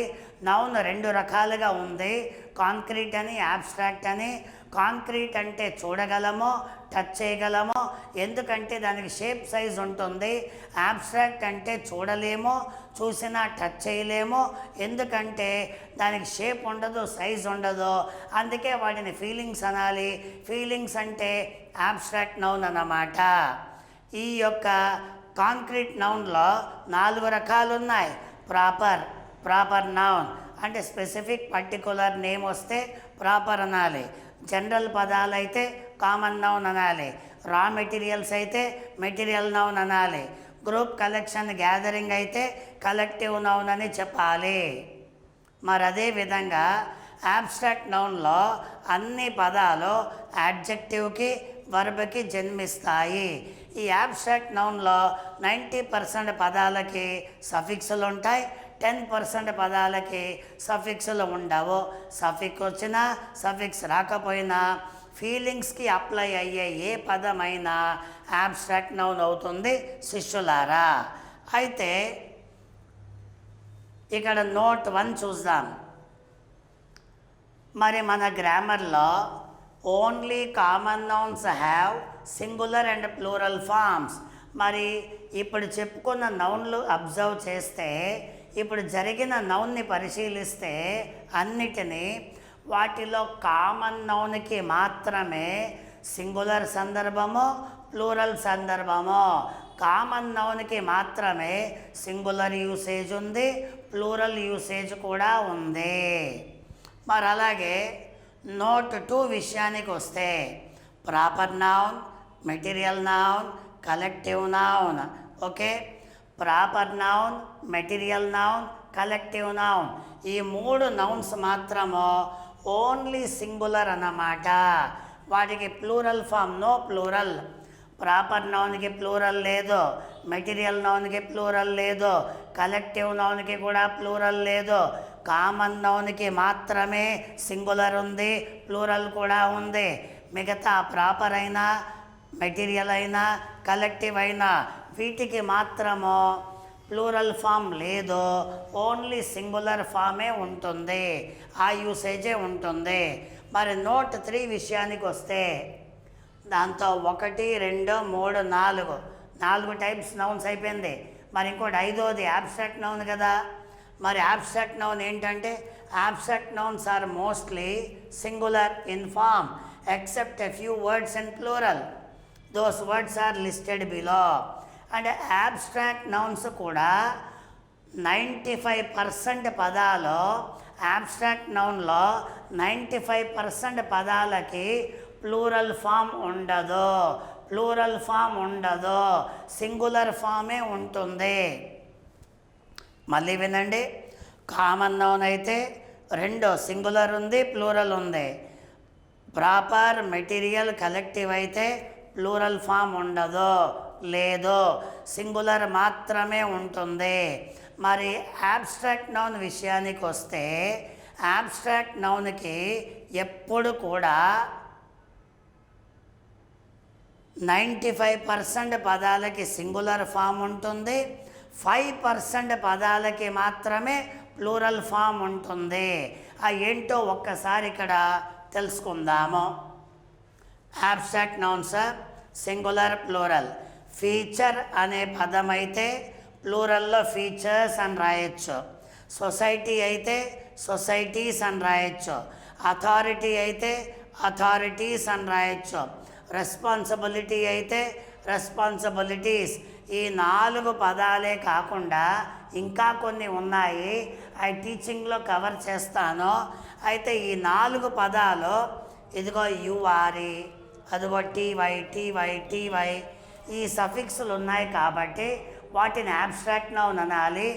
అబ్స్ట్రాక్ట్ నౌన్స్ ఎప్పుడు కూడా సింగులర్లోనే ఉండాలి, కానీ ఈ పదాలు మాత్రము ప్లూరల్లో రాయటానికి పాసిబిలిటీ ఉంది గ్రామర్ ప్రకారము. మరి ఇక్కడ ఎగ్జాంపుల్స్ని ఒక్కసారి పరిశీలిద్దాం. The wisdom of Solomon is famous. ఇక్కడ విజ్డమ్ అనే పదం వచ్చింది. విజ్డమ్ అంటే సబ్జెక్ట్ ప్లేస్లో ఉంది కాబట్టి నౌన్. నౌన్లో విజ్డమ్ అనే పదాన్ని అబ్స్ట్రాక్ట్ నౌన్ అని చెప్పాలి. అబ్స్ట్రాక్ట్ నౌన్ అనాలి. సాలమన్ అంటే లివింగ్ థింగ్, మనిషి కదా, నౌన్ అనాలి. నౌన్లో స్పెసిఫిక్ నేమ్ కదా, ప్రాపర్ నౌన్ అనాలి. అలాగే the knowledge of Newton is widely known. మరి ఇక్కడ నాలెడ్జ్ అనే వర్డ్ వచ్చింది. నాలెడ్జ్ అనేది సబ్జెక్ట్లో ఉంది. సబ్జెక్ట్లో ఉండే పదాన్ని నౌన్ అనాలి. ఇది నాలెడ్జ్ అనేది అబ్స్ట్రాక్ట్ నౌన్ అవుతుంది, ఎందుకంటే ఫీలింగ్. నాలెడ్జ్ అనేది ఫీలింగ్, విజ్డమ్ అనేది ఫీలింగ్. జ్ఞానాన్ని చూడలేం, టచ్ చేయలేం, ఫీల్ అవుతాం. తెలివిని చూడలేం, టచ్ చేయలేం, ఫీల్ అవుతాం. బా వీడు తెలివిమంతుడురా, వీడి జ్ఞానవంతుడురా అని చూసి ఫీల్ అవుతామన్నమాట. ఫీలింగ్స్కి చెందిన పదాలు, అందుకే we call them abstract noun. ఇక్కడ న్యూటన్ అనే పదం వచ్చింది. మరి న్యూటన్ అంటే మనిషి కదా, లివింగ్ థింగ్ కదా. సో లివింగ్ థింగ్ కాబట్టి మనం ఖచ్చితంగా నౌన్ అనాలి. న్యూటన్ అంటే స్పెసిఫిక్ నేమ్ కదా, ప్రాపర్ నౌన్ అనాలి. అలాగే యూనిటీ ఈజ్ స్ట్రెంగ్త్ అన్నాను. మరి ఇక్కడ యూనిటీ అనే పదములో టీవై వచ్చింది కదా, టీవై వచ్చిందంటే నౌన్ అండి, అది పక్కాగా అబ్స్ట్రాక్ట్ నౌన్ అండి. స్ట్రెంగ్త్ అన్నాను, strong strength, strong strength. So strength అనే పదము నౌన్ అవుతుంది, పక్కాగా అబ్స్ట్రాక్ట్ నౌన్ అవుతుంది. Honesty is the best policy అన్నాను. ఇక్కడ ఆనెస్టీలో టీవై వచ్చింది కదా, నౌన్ అవుతుంది, అబ్స్ట్రాక్ట్ నౌన్ అవుతుంది. పాలసీ ఏదైతే సింగులర్లో ప్లూరల్లో రెండిట్లో ఫామ్ అవుతుందో, సింగులర్ ప్లూరల్ ఫామ్ అయ్యే పదాలు మాత్రమే కామన్ నౌన్ అవుతాయి. Policy, policies, policy, policies. అంటే ఇక్కడ ఏమవుతుంది, నౌన్ అవుతుంది. సింగులర్ ప్లూరల్లో ఫామ్ అయ్యే పదాలన్నీ కామన్ నౌన్ అవుతాయి. Mother Teresa showed kindness, humanity and dedication towards the poor అన్నాను. మదర్ తెరీసా అంటే మనిషి, లివింగ్ థింగ్ కాబట్టి నౌన్, స్పెసిఫిక్ నేమ్ కదా, ప్రాపర్ నౌన్. తర్వాత కైండ్నెస్, కైండ్నెస్లో నెస్ అనే సఫిక్స్ వచ్చింది కదా, నెస్ అనే సఫిక్స్ ఉంది కాబట్టి నౌన్ అనాలి. దాన్ని ఏం నౌన్ అనాలి, అబ్స్ట్రాక్ట్ నౌన్ అని చెప్పాలి. అలాగే హ్యూమానిటీ ఉంది కదా, హ్యూమానిటీ అంటే టీవై కదా, పక్కాగా నౌన్ అనాలి. ఏం నౌన్ అనాలి, అబ్స్ట్రాక్ట్ నౌన్ అనాలి. తర్వాత డెడికేషన్ అని వచ్చింది, డెడికేషన్ అంటే నౌన్ అవుతుంది. టిఐఓఎన్ వచ్చింది కదా, సఫిక్స్ వచ్చింది కదా, దాన్ని అబ్స్ట్రాక్ట్ నౌన్గా గుర్తించాలి. తర్వాత ద పూర్ అన్నాను. ఇక్కడ ద పూర్, పూర్, పూర్ అంటే పూర్ పీపుల్ అన్నమాట. పూర్ అంటే పేదవాళ్ళు, పేదవాళ్ళు అంటే లివింగ్ థింగ్ కదా, లివింగ్ థింగ్ కాబట్టి ఇక్కడ నౌన్ అనాలి, పక్కాగా కామన్ నౌన్ అనాలి. సో ప్రియమైన విద్యార్థులారా, ఏ ఎగ్జాంపుల్లో అయినా సబ్జెక్ట్ ప్లేస్లో, ఆబ్జెక్ట్ ప్లేస్లో నౌన్ అనేది వచ్చినట్లయితే అది ఏ టైప్ ఆఫ్ నౌనో గమనించాలి. స్పెసిఫిక్ పర్టికులర్ నేమ్ అయితే ప్రాపర్ నౌన్, జనరల్ వర్డ్ అయితే కామన్ నౌన్, రా మెటీరియల్ అయితే material noun, group collection gathering అయితే కలెక్టివ్ నౌన్. ఫీలింగ్స్కి చెందే పదాలు సఫిక్స్లు ఉన్నా సఫిక్స్ లేకపోయినా ఫీలింగ్స్కి చెందే ఏ పదాన్నైనా యాబ్స్ట్రాక్ట్ నౌన్ అని చెప్పాలి ప్రియమైన విద్యార్థులారా. మరి ఇప్పటి వరకు నేను మీకు నౌన్ అంటే ఏంటిదో ఫుల్ క్లియర్గా బోధించడం జరిగింది. అయితే ఈ నౌన్ మీద ఎస్ఐకి, కానిస్టేబుల్కి, టెట్కి, డిఎస్సికి, బ్యాంక్కి, ఎస్ఎస్సికి, అది ఏ ఎగ్జామ్ అయినా సరే, స్టేట్ గవర్నమెంట్ ఎగ్జామ్ అయినా సెంట్రల్ గవర్నమెంట్ ఎగ్జామ్ అయినా ఏ ఎగ్జామ్కైనా కూడా ఈ నౌన్ పరంగా ఏ విధమైన ఎగ్జాంపుల్స్ వచ్చాయి, వాటిని ఎలా చేయాలి, ఏ విధంగా గుర్తించాలి అనే విషయాలన్నీ కూడా ఇప్పుడు క్షుణ్ణంగా పరిశీలిస్తూ మనం నేర్చుకుందాము. ఇప్పుడు చాప్టర్ పేరు ఎర్రర్ ఐడెంటిఫికేషన్. వాక్యములో ఎక్కడైనా ఎర్రర్ ఉందా, ఆ ఎర్రర్ ఉన్నట్లయితే ఎక్కడ ఎర్రర్ ఉంది అనే దాన్ని ఐడెంటిఫై చేయాలి. ఎక్కడైతే మిస్టేక్ ఉంటుందో ఒక వాక్యం ఇస్తానో ఆ వాక్యాన్ని పార్ట్లు చేస్తానో, అయితే పార్ట్లు చేశాక ఏ పార్ట్లో మిస్టేక్ ఉంది, అక్కడ ఏం రాస్తే కరెక్ట్ అవుతుంది, ఎలా ఉంటే రాంగ్ అవుతుంది అనే విషయాలన్నీ ఇప్పుడు నేర్చుకుంటాం. ఒక్కొక్కసారి వాక్యమంతా కరెక్ట్గా ఉంటే నో ఎర్రర్ని సెలెక్ట్ చేయాలి. ఒకవేళ రాంగ్ ఉంటే ఏ పార్ట్లో మిస్టేక్ ఉంది అనే విషయాన్ని కూడా మనము నేర్చుకోవాలి. మరి ఇక్కడ ఈ ఎగ్జాంపుల్ని గమనిస్తే యాన్ అంకుల్ ఆఫ్ మా ఎర్రర్ ఐడెంటిఫికేషన్ అంటే దీనికి 2-3 పేర్లు ఉన్నాయి ఈ చాప్టర్కి. ఎర్రర్ ఐడెంటిఫికేషన్ అయినా అనొచ్చు, స్పాటింగ్ ఆఫ్ ఎర్రర్ అయినా అనొచ్చు, ఎర్రర్ డిటెక్షన్ అయినా అనొచ్చు, కరెక్షన్ ఆఫ్ సెంటెన్స్ అయినా అనొచ్చు. So correction of sentence, error detection, spotting of errors, error identification ఏ పేరుతో పిలిచినా కూడా మీనింగ్ అంతా ఒక్కటే. అయితే ఇక్కడ ఫస్ట్ ఎగ్జాంపుల్లో an uncle of mine who is a lawyer gave me a useful advice when I went to see him 3 weeks ago. ఇది example. An uncle of mine who is a lawyer gave me a useful advice when I went to see him 3 weeks ago. ఈ మధ్యకాలములో ఎస్ఐకి, కానిస్టేబుల్కి, టెట్కి, డిఎస్సికి చాలా డెప్త్లో, చాలా కష్టముగా, కఠినముగా questions అనేటివి అడుగుతున్నాడు. Okay, 2-3 సంవత్సరాల క్రితం వరకు ట్రెడిషనల్గా చాలా సింపుల్గా చాలా ఈజీగా అడుగుతున్నాడు. కానీ 2-3 సంవత్సరాల నుంచి చాలా కఠినంగా, కష్టంగా అడుగుతున్నాడు. ఎందుకంటే కాంపిటీషన్ అనేది పెరిగిపోయింది. కాంపిటీషన్ పెరిగిపోయినందువలన ఇక్కడ ఖచ్చితంగా క్వశ్చన్ పేపర్ని స్టాండర్డైజ్ చేయాలి. స్టూడెంట్స్ని ఫిల్టర్ చేయాలి అంటే హై స్టాండర్డ్లో పెట్టాలి అనే ఆలోచనతో ప్రతి స్టేట్ గవర్నమెంట్ అయినా సెంట్రల్ గవర్నమెంట్ ఎగ్జామ్ అయినా కొద్దిగా కష్టంగా, చాలా టఫ్గా క్వశ్చన్స్ అడుగుతున్నాడు, చాలా డెప్త్లో అడుగుతున్నాడు. That's why you have to be very clear and you must try to understand all the topics in a very detailed way and in a very logical way. కాబట్టి సింపుల్గా ఉంటాయి కదా, ఈజీగా ఉంటాయి కదా అనుకోవద్దు. ఇంగ్లీష్ అనేది చాలా కీలకము మీ యొక్క పోటీ పరీక్షలకి. That's why my dear students, I insist you on learning everything very deeply You must understand very thoroughly and then face the examination in a simple way through logics. Ikkada an uncle of mine who is a lawyer gave me a useful advice when I went to see him 3 weeks ago అన్నాను.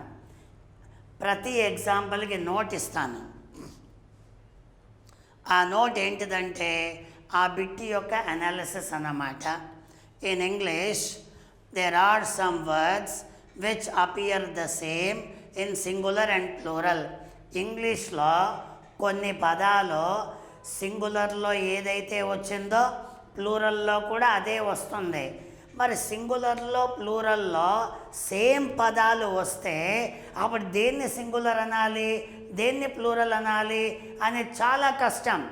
అందువలన grammar ఏం చెప్పింది, so add measuring words to form singular and plural. అందువలన సింగులర్లో ఏ పదం అయితే వచ్చిందో ప్లూరల్లో కూడా అదే పదం వస్తున్నందువలన ఏది సింగులర్ ఏది ప్లూరల్ అని నిర్ధారించేది చాలా కష్టం. అందువలన గ్రామర్ ఏం చెప్పింది అంటే కొన్ని మెజరింగ్ వర్డ్స్ని ఆ యొక్క పదాలకి యాడ్ చేయాలి.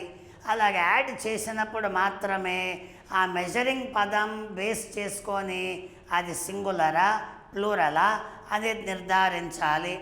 ఇక్కడ గమనించినట్లయితే సింగులర్లో వర్క్ వచ్చింది, ప్లూరల్లో కూడా వర్కే వచ్చింది. సింగులర్లో వర్కే వచ్చింది, ప్లూరల్లో కూడా వర్కే వచ్చింది. అప్పుడు దేన్ని సింగులర్ దేన్ని ప్లూరల్ అనేది చాలా కష్టము. అందువలన గ్రామర్ చెప్పిన ప్రకారము కొన్ని పదాలకి ఒక్కొక్క రకమైనటువంటి మెజరింగ్ వర్డ్స్ వాడబడతాయి. మరి చాలామంది తెలియక ఐ హ్యావ్ వర్క్ అంటారు. ఐ హ్యావ్ వర్క్ అంటే వినడానికి చూడటానికి కరెక్టే, కానీ గ్రామాటికల్గా అది దారుణమైన తప్పు. ఐ హ్యావ్ వర్క్ అనకూడదు. మరేమనాలి, I have a piece of work అనాలి. సింగులర్ అయితే ఏ పీస్ ఆఫ్, సింగులర్కి ఆర్టికల్ ఏ యాడ్ చేయబడుతుంది, ఏ పీస్ ఆఫ్ వర్క్ అనాలి. అదే ప్లూరల్ అయితే పీసెస్ ఆఫ్ వర్క్ అనాలి. ప్లూరల్లో ఆర్టికల్ ఏ తొలగించాలి, తొలగిస్తూ పీసెస్ ఆఫ్ వర్క్ అనాలి. సో ప్రియమైన విద్యార్థులారా, ఏ పీస్ ఆఫ్ వర్క్ అంటే ఒకటే వర్క్ ఉన్నట్లు లెక్క. పీసెస్ ఆఫ్ వర్క్ అంటే రకరకాల పనులు ఉన్నాయి అనే మీనింగ్ని తెలుపుతుంది. అలాగే ఐ హ్యావ్ ఇన్ఫర్మేషన్ అనకూడదు, తప్పు. I have a piece of information ఒకటే ఉంటే. చాలా ఉన్నాయి అనుకో, I have pieces of information. Cake అనకూడదు, ఏ పీస్ ఆఫ్ కేక్ అనాలి, పీసెస్ ఆఫ్ కేక్ అనాలి. పేపర్ అనకూడదు, ఏ పీస్ ఆఫ్ పేపర్ అనాలి. ప్లూరల్లో పీసెస్ ఆఫ్ పేపర్ అనాలి. క్లాత్ అనకూడదు, a piece of cloth, pieces of cloth అనాలి. అలాగే చాక్ అనకూడదు, చాక్ పీస్ అనకూడదు, a piece of chalk, pieces of chalk అనాలి. చికెన్ మటన్ ఫిష్ అనకుండా a piece of chicken, a piece of mutton, a piece of fish అనాలి. Plural అయితే pieces of chicken, pieces of mutton, pieces of fish అనాలి. అలాగే సింగులర్లో a piece of advice అనాలి, a piece of advice, pieces of advice, a piece of advice, pieces of advice అనాలి. So ఈ పదాలన్నిటికీ కూడా ఇక్కడ a piece of advice, pieces of advice అనాలి. ఈ అడ్వైస్ అనే పదాన్ని గుర్తుపెట్టుకోండి. నేను తర్వాత ఎగ్జాంపుల్ చెప్పేటప్పుడు ఈ అడ్వైస్ మీద డిస్కస్ చేస్తాను.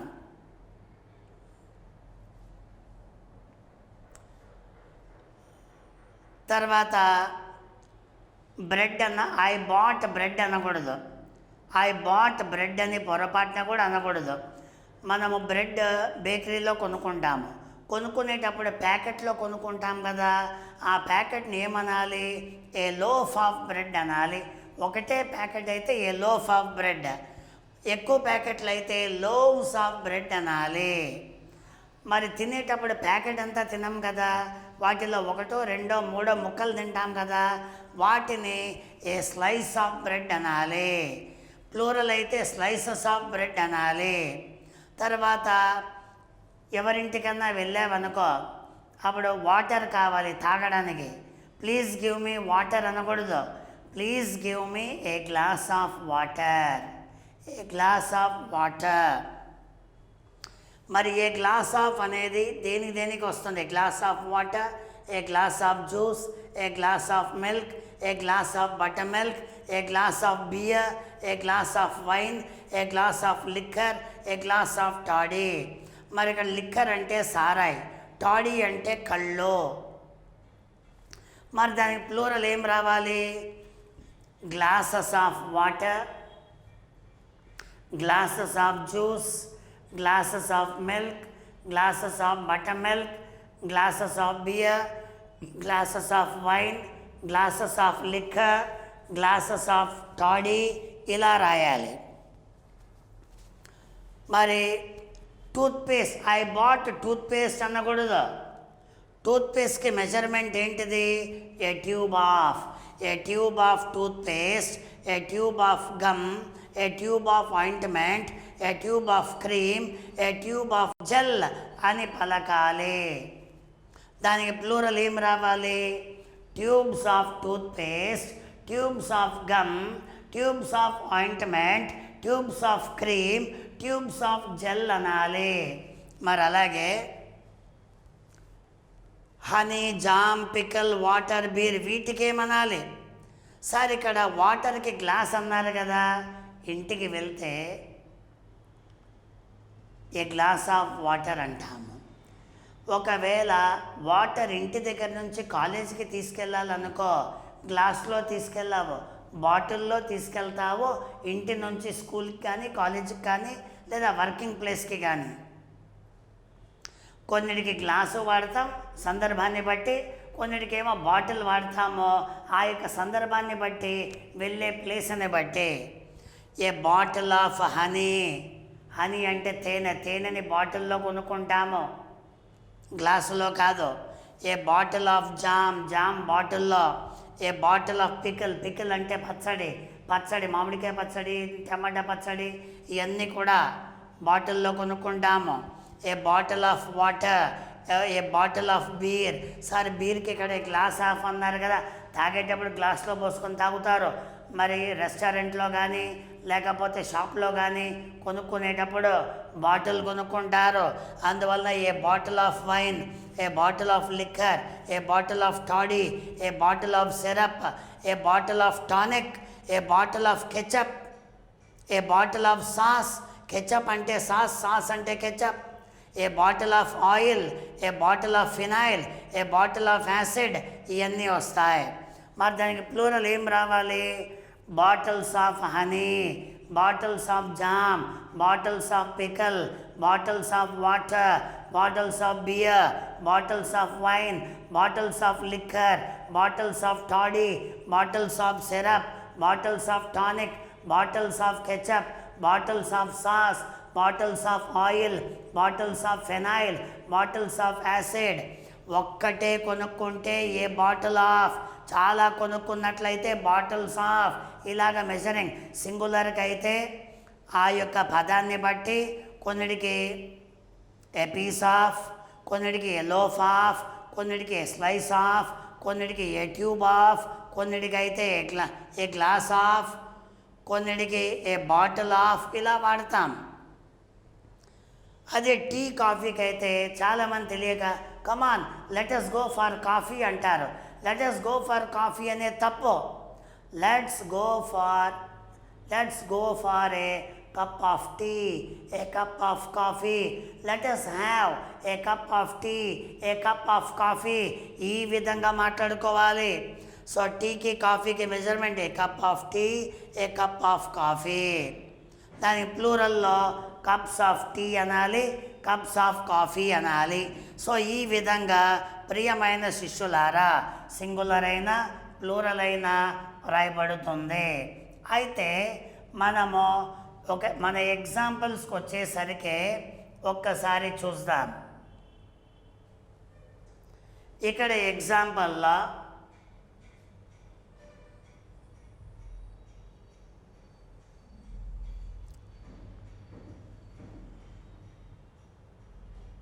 ఇక్కడ ఎగ్జాంపుల్ని పరిశీలిస్తే an uncle of mine.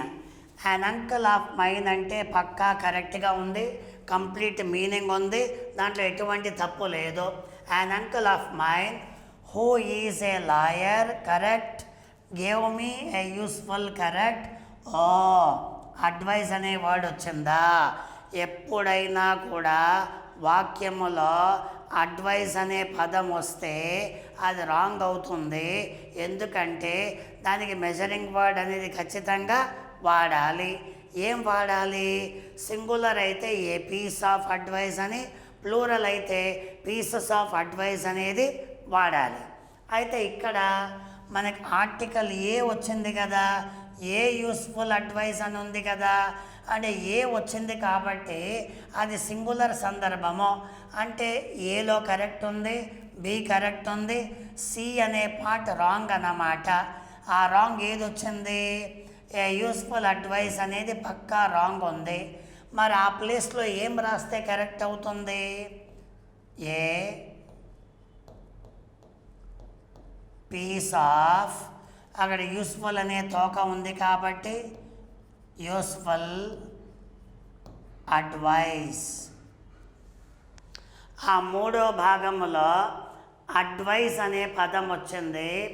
Advice అనేది పక్కాగా రాంగ్ అవుతుంది. అడ్వైస్ అనేది పక్కాగా రాంగ్ అవుతుంది.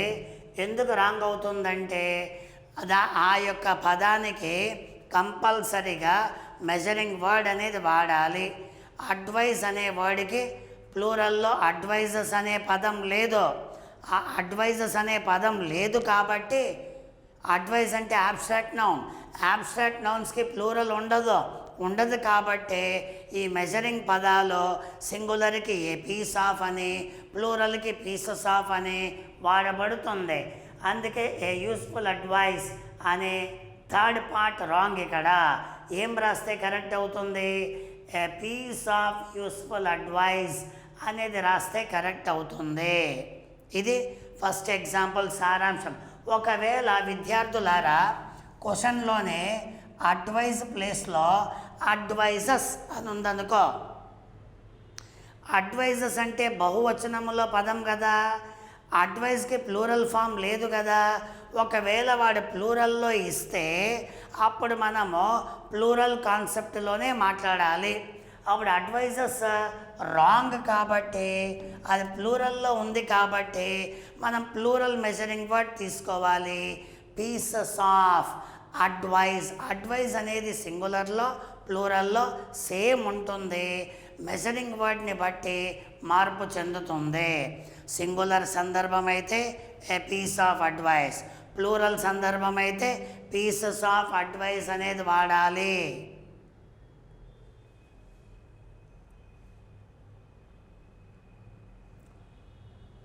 మరి సెకండ్ ఎగ్జాంపుల్ విషయానికి వస్తే, the prisoners were accused for robbery, assault, embezzlement and forging అన్నాను. The prisoners were accused for robbery, assault, embezzlement and forging. అయితే ఇక్కడ ప్రియమైన విద్యార్థులారా, ఈ ఎగ్జాంపుల్లో స్ట్రక్చర్ ఇందాక చెప్పాను. ఏం చెప్పాను? స్టార్టింగ్లో వచ్చే పార్ట్ని సబ్జెక్ట్ అనాలి, సబ్జెక్ట్ తర్వాత వచ్చిన పార్ట్ని వర్బ్ అనాలి, వర్బ్ తర్వాత వచ్చిన పార్ట్ని ఆబ్జెక్ట్ అనాలి. అయితే ఇక్కడ సబ్జెక్ట్లో మిస్టేక్ ఉందా, వర్బ్లో మిస్టేక్ ఉందా, లేక ఆబ్జెక్ట్లో మిస్టేక్ ఉందా అనే విషయాన్ని కంపల్సరీగా గమనించాలి. మరి చూడండి, ద ప్రిజనర్స్ అనేది సబ్జెక్ట్. సబ్జెక్ట్లో కామన్ నౌన్ వచ్చింది. కామన్ నౌన్ని సింగులర్ అయినా రాయొచ్చు, ప్లూరల్ అయినా రాయొచ్చు. ఎలాగ రాసినా కామన్ నౌన్ కరెక్టే. మరి సబ్జెక్ట్ ఇక్కడ ప్రిజనర్స్ కాబట్టి ప్లూరల్. ప్లూరల్లో సబ్జెక్ట్ వస్తే వర్బ్ కూడా ప్లూరలే రాయాలి, వర్బ్ కూడా ప్లూరలే రాయాలి. అక్కడ వర్ అనేది plural. The prisoners were accused అంటే పార్ట్ ఏ కరెక్ట్. వర్బ్ తర్వాత వచ్చిన భాగమంతా కూడా ఆబ్జెక్ట్ అవుతుంది. ఆబ్జెక్ట్ ప్లేస్లో ఫార్ రాబరీ, రాబరీలో చివర 60 అక్షరాలు వచ్చాయి. 60 అక్షరాలు వస్తే దాన్ని యాబ్స్ట్రాక్ట్ నౌన్ అంటాము. యాబ్స్ట్రాక్ట్ నౌన్కి ప్లూరల్ ఫామ్ ఉండదు, అది ఎప్పుడు సింగులర్లోనే ఉండాలి. సో ఇక్కడ సబ్జెక్ట్ ప్లేస్లో నౌన్ అయినా ఉండొచ్చు, ప్రొనౌన్ అయినా ఉండొచ్చు. ఆబ్జెక్ట్ ప్లేస్లో కూడా నౌన్ అయినా ఉండొచ్చు, ప్రొనౌన్ అయినా ఉండొచ్చు. అయితే నౌన్స్ వచ్చాయనుకో, ఏ టైప్ ఆఫ్ నౌన్ వచ్చింది, ఆ నౌన్ సింగులర్లో ఉందా ప్లూరల్లో ఉందా గమనించాలి. ఆ నౌన్ సింగులర్లోనే రాయబడుతుందా ప్లూరల్లో కూడా మార్చచ్చా, అవన్నీ కూడా అబ్జర్వ్ చేస్తూ వాక్యాన్ని గమనించాలి. ఇది వర్బ్కి రైట్ సైడ్లో ఆబ్జెక్ట్ ఏరియా. ఆబ్జెక్ట్ ఏరియాలో నౌన్సే వచ్చాయి. ఇక్కడ అన్నీ కూడా నౌన్స్లో ఏ టైప్ ఆఫ్ నౌన్ వచ్చింది, 60 అంటే సఫిక్స్, అది యాబ్స్ట్రాక్ట్ నౌన్ అవుతుంది. కొన్ని యాబ్స్ట్రాక్ట్ నౌన్స్కి సఫిక్స్లు ఉంటాయి, కొన్నిటికి సఫిక్స్లు ఉండవు. మరి ఇక్కడ అజాల్ట్ అనేది వచ్చింది. మరి అజాల్ట్ అంటే ఇక్కడ ఇది యాబ్స్ట్రాక్ట్ నౌన్ కాబట్టి అది కూడా ఈ ఆబ్జెక్ట్ ప్లేస్లో ఉన్నందువలన నౌన్ అనాలి. ఈ నౌన్ కూడా యాబ్స్ట్రాక్ట్ నౌన్. అజాల్ట్ అంటే రక్త గాయాలు, బాగా చితకగొట్టి రక్త గాయాలను ఏర్పరచుట. కొట్టిన తర్వాత రక్తం కారుతుంది కదా, అటువంటి దాన్ని అసాల్ట్ అంటాము. తర్వాత ఎంబెజల్మెంట్. ఎంబెజల్మెంట్ అంటే దొంగతనం, మోసం, స్కామ్ అంటాం. పెద్ద పెద్ద దొంగతనాలు ఉంటాయి కదా, పెద్ద పెద్ద మోసాలు ఉంటాయి కదా, వాటిని ఎంబెజల్మెంట్ అంటారు. బ్యాంకులలో స్కాములు చేస్తారు, లేకపోతే గవర్నమెంట్లలో స్కాములు చేస్తారు, అటువంటి దాన్ని ఎంబెజల్మెంట్ అంటారు. అయితే ఆబ్జెక్ట్ ప్లేస్లో ఎంబెజల్మెంట్ వచ్చింది, దీంట్లో మెంట్ అనే సఫిక్స్ వచ్చింది. మెంట్ అనే సఫిక్స్ వస్తే నౌన్ అనాలి. మరి ఆ నౌన్లో మెంట్ వచ్చింది కదా, మెంట్ ఉంది కాబట్టి యాబ్స్ట్రాక్ట్ నౌన్ అనాలి. అండ్ ఫోర్జింగ్, ఆబ్జెక్ట్ ప్లేస్లో నౌన్స్ మాత్రమే ఉండాలి. మరి నౌన్స్ మాత్రమే ఉండాలి అంటే ఖచ్చితంగా మనము ఏం వర్డ్ వచ్చిందో చూడాలి. ఫోర్జింగ్ అనేది వచ్చింది, ఇంగ్ ఫామ్ వచ్చింది. ఇంగ్ ఫామ్ని మనం లేదనుకుంటే పదం ఇక్కడ ఫోర్జ్ కదా, ఫోర్జ్ అనే పదానికి యాబ్స్ట్రాక్ట్ నౌన్ ఫోర్జింగ్ కాదు. పదాలన్నీ ఆబ్జెక్ట్లో యాబ్స్ట్రాక్ట్ నౌన్ తెలిపాయి, అప్పుడు ఇక్కడ ఫోర్జింగ్ అనే సందర్భం రాంగ్. మరి దానికి రీప్లేస్మెంట్ యాబ్స్ట్రాక్ట్ నౌన్ ఏం రాయాలి, ఫోర్జరీ అనేది రాయాలి. అప్పుడు the prisoners were accused for robbery, assault, embezzlement and forgery. కాబట్టి 4వ భాగము రాంగ్. ఇక్కడ 4వ భాగములో ఫోర్జింగ్ అనేది రాంగ్, ఫోర్జింగ్ ప్లేస్లో ఫోర్జరీ రావాలి. ఇక్కడ నోట్ చూడండి.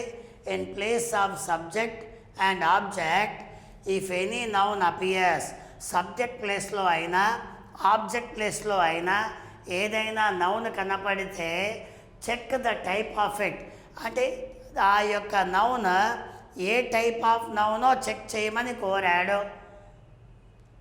మరి చెక్ చేసిన తర్వాత make corrections as per grammar rule. Okay, అక్కడ ఏ టైప్ ఆఫ్ నౌనో చెక్ చేసిన తర్వాత గ్రామర్ రూల్ ప్రకారము అది తప్పైతే కరెక్షన్స్ చేయాలి, తప్పు లేకపోతే నో ఎర్రర్ని సెలెక్ట్ చేయాలి. ఇది దీని యొక్క కథ. మరి నెక్స్ట్ ఎగ్జాంపుల్ని చూద్దాం. One of my good friend is both an artist and physician of repute. One of my good friend is both an artist and physician of repute అని ఇక్కడ దెర్ ఈజ్ అ సెంటెన్స్. మరి ఈ sentence అనేది కరెక్టా రాంగా తెలియాలంటే కింద note చూద్దాం. After the words one of అంటే వన్ ఆఫ్ అనే పదాల తర్వాత after the words one of if common noun appears, ఎప్పుడైనా ఏ ఎగ్జాంపుల్లో అయినా వన్ ఆఫ్ అనే స్పెషల్ వర్డ్స్ కనపడితే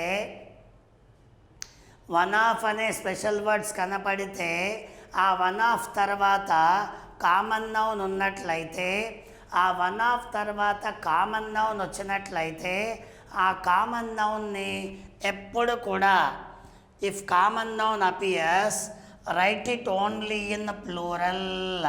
అంటే వన్ ఆఫ్ అనే పదాలు ఎప్పుడు వచ్చినా ఆ వన్ ఆఫ్ తర్వాత కామన్ నౌన్ వస్తే ఆ కామన్ నౌన్ని ప్లూరల్లోనే రాయాలి. అయితే write it only in plural. ఎప్పుడైనా వన్ ఆఫ్ అనే పదాలు వచ్చి ఆ వన్ ఆఫ్ తర్వాత కామన్ నౌన్ వస్తే ఆ కామన్ నౌన్ని మనము ప్లూరల్లో రాయాలి.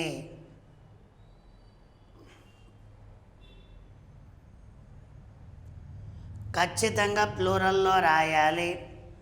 ఒకవేళ if some other noun appears, common noun కాకుండా వేరే నౌన్ కనపడితే right it only in singular. నాయనా వన్ ఆఫ్ అనే పదాలు వచ్చాయా, వన్ ఆఫ్కి రైట్ సైడ్లో కామన్ నౌన్ మాత్రమే ఉంటే ఆ కామన్ నౌన్ని ప్లూరల్లో రాయాలి. కామన్ నౌన్ కాకుండా వేరే నౌన్స్ వచ్చాయా, ప్రాపర్, మెటీరియల్, కలెక్టివ్, యాబ్స్ట్రాక్ట్ వేరే నౌన్స్ వచ్చాయా, వాటిని ఖచ్చితంగా సింగులర్లోనే రాయాలి. నేను ఇప్పుడు చెప్పే ఎగ్జాంపుల్స్ అన్నీ కూడా నౌన్కి రిలేటెడ్ ఎగ్జాంపుల్స్ అన్నమాట. ఇప్పటి వరకు నౌన్ ఇంట్రడక్షన్ జరిగింది కదా, నౌన్ ఇంట్రడక్షన్ జరిగింది కాబట్టి ఆ నౌన్ మీద రకరకాల కాంపిటేటివ్ ఎగ్జామ్స్కి వచ్చిన బిట్లన్నీ కూడా మీకు ఇక్కడ ఎక్స్ప్లెయిన్ చేయబడుతుంది. ఓన్లీ నౌన్కి సంబంధించిన ఎగ్జాంపుల్సే ఇప్పుడు జరుగుతుంది, అంతా గ్రామర్ కాదు. అయితే మరి ఎగ్జాంపుల్ని చూస్తే ఇక్కడ one of my good friend is both an artist and physician of repute. ఇక్కడ స్పెషల్ వర్డ్ వన్ ఆఫ్ వచ్చింది.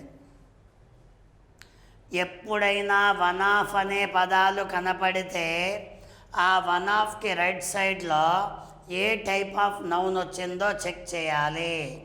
వన్ ఆఫ్కి ఏ టైప్ ఆఫ్ నౌన్, ఫ్రెండ్ వచ్చింది. Friend living thing noun. నౌన్లో ఫ్రెండ్ అంటే కామన్ నౌన్ కదా. వన్ ఆఫ్కి రైట్ సైడ్లో కామన్ నౌన్ కనపడితే ఆ వన్ ఆఫ్ ఉన్నందువలన దీన్ని ఖచ్చితంగా ప్లూరల్లో రాయాలి. కానీ ఫ్రెండ్ సింగులర్లో ఉంది కదా, అందుకే ఫ్రెండ్ ఈజ్ రాంగ్ హియర్. మరి ప్లూరల్లో రాస్తే కరెక్ట్ అవుతుంది. అప్పుడేం రాయాలి, ఫ్రెండ్స్ అని రాయాలి. So one of my good friends అని రాయాలి. అక్కడ ఫ్రెండ్స్ లేదు కాబట్టి ఫస్ట్ పార్ట్ రాంగ్ అవుతుంది, ఫ్రెండ్ అనేది రాంగ్ అవుతుంది. దాని ప్లేస్లో ఫ్రెండ్స్ అనేది రాయాలి. ఇది దీని యొక్క ఎక్స్ప్లెనేషన్. మరి ఇప్పుడు నెక్స్ట్ ఎగ్జాంపుల్ని అబ్జర్వ్ చేస్తే సేమ్ ఇందాక చెప్పిన ఎగ్జాంపుల్ లాంటిది ఇది కూడా. One of the attractive feature of this car is that it can be converted easily into A goods carrier.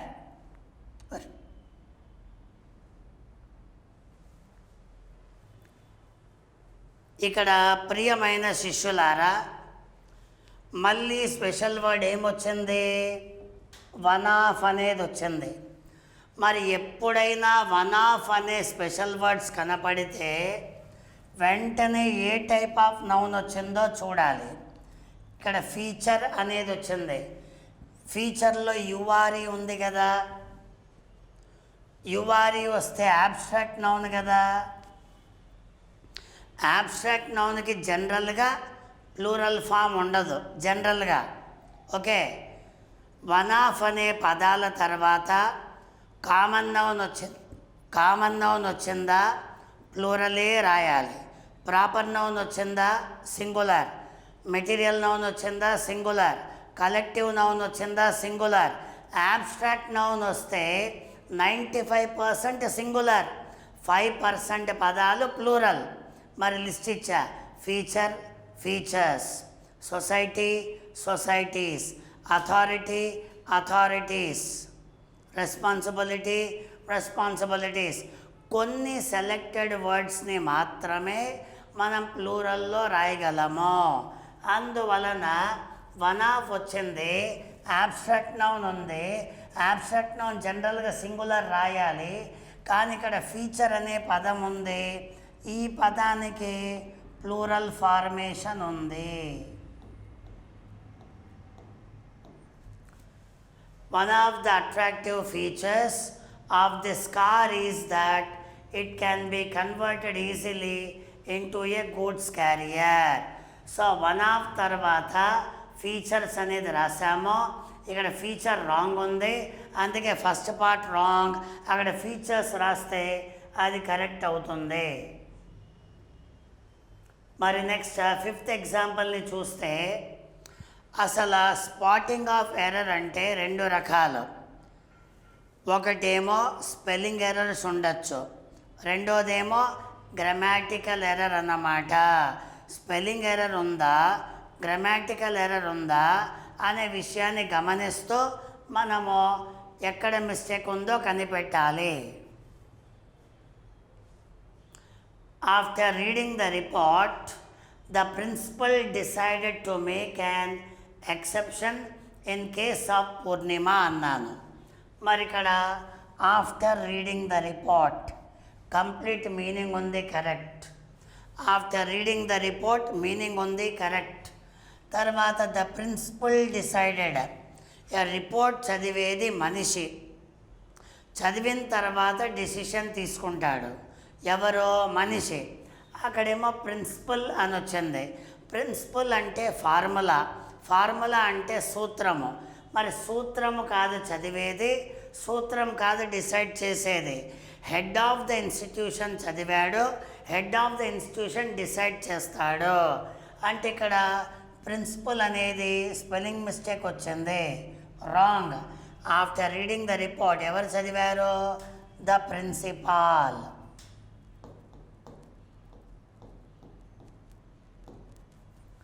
Principal, the principal అని చదవాలి, ప్రిన్సిపల్ అనకూడదు, ద ప్రిన్సిపాల్ అనాలి.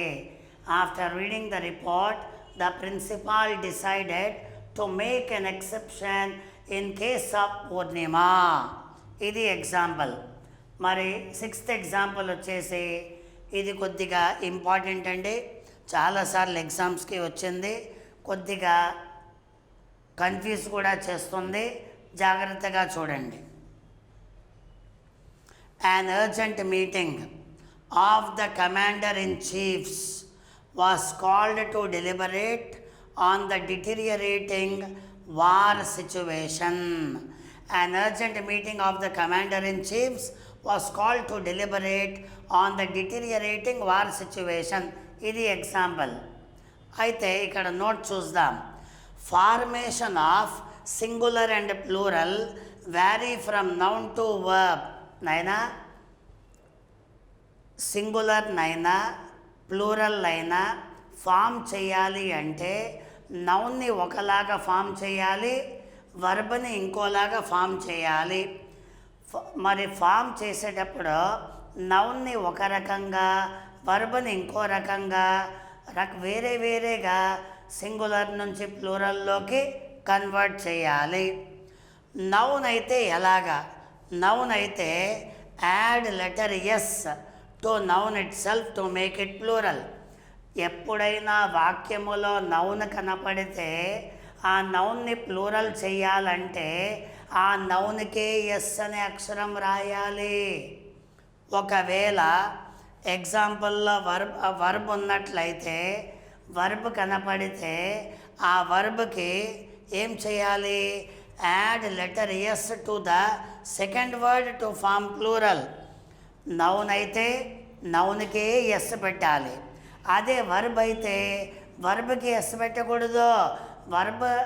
వర్బ్ తర్వాత ఇంకో వర్డ్ సెకండ్ వర్డ్ ఉంటుంది. సెకండ్ వర్డ్కి ఎస్ పెడితే అప్పుడు plural అవుతుంది. మళ్ళీ వినండి, ఇది సింగిల్ వర్డ్ వచ్చినప్పుడు కాదు, మోర్ దెన్ వన్ వర్డ్ వచ్చినప్పుడు ఫస్ట్ వర్డ్ నౌన్ అయితే నౌన్ని ప్లూరల్ చేయాలంటే ఆ నౌన్కే ఎస్ అక్షరం రాయాలి. ఒకవేళ మోర్ దెన్ వన్ వర్డ్ వచ్చినప్పుడు ఫస్ట్ వర్డ్ వర్బ్ అయితే వర్బ్కి ఎస్ పెట్టకూడదు, సెకండ్ వర్డ్కి ఎస్ పెట్టాలి. అలా పెట్టినట్లయితే అప్పుడు అది ప్లూరల్ అవుతుంది. Noun add letter S to noun it self. Verb add letter S to the second word. Noun అయితే దానికే ఎస్, వర్బ్ అయితే రెండో వర్డ్కి ఎస్ పెట్టాలి. అప్పుడు మనకి అది ప్లూరల్ అవుతుంది.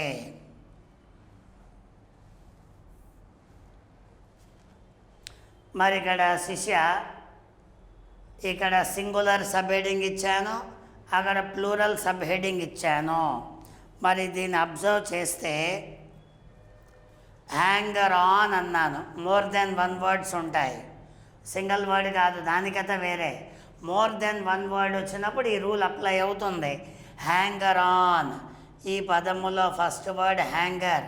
హ్యాంగర్ అంటే నాన్ లివింగ్ థింగ్, నౌన్ అండి. నౌన్ వచ్చినప్పుడు దాన్ని ప్లూరల్ చేయాలంటే నౌన్కే ఎస్ రాయాలి, హ్యాంగర్స్ ఆన్. అలాగే లుకర్ ఆన్, లుకర్ అంటే చూసేవాడు కదా, చూసేవాడు అంటే లివింగ్ థింగ్ కదా, లివింగ్ థింగ్ని నౌన్ అనాలి కదా. ఎప్పుడైనా మోర్ దెన్ వన్ వర్డ్ వచ్చి ఫస్ట్ వర్డ్ నౌన్ అయితే నౌన్ని ప్లూరల్ చేయాలంటే నౌన్కే ఎస్ రాయాలి, హ్యాంగర్స్ ఆన్, లుకర్స్ ఆన్. అలాగే పాసర్ బై అన్నాను, పాసర్ అంటే నిన్ను దాటుకొని వెళ్ళేవాడంటే హ్యూమన్ బీయింగ్ కదా, లివింగ్ థింగ్ కదా, కాబట్టి దాన్ని నౌన్ అనాలి. మోర్ దెన్ వన్ వర్డ్ వచ్చి ఫస్ట్ వర్డ్ నౌన్ అయితే ఆ నౌన్ని ప్లూరల్ చేయాలంటే మనము నౌన్కే ఎస్ పెట్టాలి, పాసర్స్ బై. అలాగే అటార్నీ అట్లా, మోర్ దెన్ వన్ వర్డ్ వచ్చింది, ఫస్ట్ వర్డ్ అటార్నీ అంటే లివింగ్ థింగ్ని ఖచ్చితంగా నౌన్ అనాలి. ఫస్ట్ వర్డ్ నౌన్ కాబట్టి నౌన్ని ప్లూరల్ చేయాలంటే నౌన్కే ఎస్ పెట్టాలి. ఇలాగ ఇది ఉంటుంది. మరి దీంట్లోనే ఇంకా కొన్ని పదాలు చూద్దాం. మ్యాన్ సర్వెంట్ అన్నాను, ఇక్కడ మ్యాన్ అంటే లివింగ్ థింగ్ నౌన్, సర్వెంట్ అన్నా కూడా లివింగ్ థింగ్ నౌన్. కానీ ప్రీవియస్ దాంట్లో hanger on preposition, looker on preposition, passer by preposition, attorney at preposition. ఇక్కడ ప్రపోజిషన్ వచ్చింది, కానీ ఇక్కడ రెండు నౌన్స్ వచ్చాయి. ఎప్పుడైతే ఫస్ట్ వర్డ్ సెకండ్ వర్డ్ రెండు నౌన్స్ ఉంటాయో అప్పుడు ఫస్ట్ దాన్ని ప్లూరల్ చేయాలి, సెకండ్ దాన్ని ప్లూరల్ చేయాలి. ప్లూరల్ అంటే ప్రతిసారి ఎస్ అక్షరం రాస్తేనే ప్లూరల్ కాదు, కొన్నిసార్లు ఇన్నర్ వవల్ని మార్చినా కూడా ప్లూరల్ అవుతుంది. అప్పుడు మ్యాన్కి ప్లూరల్ మెన్, సర్వెంట్కి plural servants. So man servant, men servants. ఇలాగ నౌన్ వచ్చినప్పుడు మనం ప్లూరల్లో చేయాలి. తర్వాత బ్రదర్ ఇన్లా, ఇదైతే చాలామంది తప్పు చేస్తారు. బ్రదర్ ఇన్లా అన్నప్పుడు బ్రదర్ ఇన్లాకి ప్లూరల్ ఏంటి నాన్న అంటే బ్రదర్ ఇన్ లాస్ అంటారు. బ్రదర్ ఇన్ లాస్ అంటే రాంగ్ నాన్న. ఎక్కడ పడితే అక్కడ ఎస్ పెట్టకూడదు, ఎక్కడ పడితే అక్కడ ఎస్ పెడితే అది రాంగ్ అవుతుంది శిష్య. గ్రామర్ రూల్ ప్రకారము ఎస్ ఎక్కడెక్కడ వాడాలి అనే విషయాలు నేర్చుకుంటున్నాము. నౌన్ అయితే నౌన్కే పెట్టాలి, వర్బ్ అయితే సెకండ్ వర్డ్కి పెట్టాలి. మరి ఇక్కడ brother in-law, brother living thing noun అండి. మరి నౌన్ని ప్లూరల్ చేయాలంటే బ్రదర్స్ ఇన్లా. సో నౌన్కే ఎస్ పెట్టాలి, బ్రదర్స్ ఇన్లా. అలాగే ఫాదర్ ఇన్లా, ఫాదర్ అంటే లివింగ్ థింగ్ నౌన్, నౌన్ కాబట్టి నౌన్కే ఎస్ పెట్టాలి. కమాండర్ ఇన్ చీఫ్, కమాండర్ అంటే లివింగ్ థింగ్ నౌన్, నౌన్ కాబట్టి నౌన్కే ఎస్ పెట్టాలి. Commanders in chief. బ్రేకప్ అన్నాను.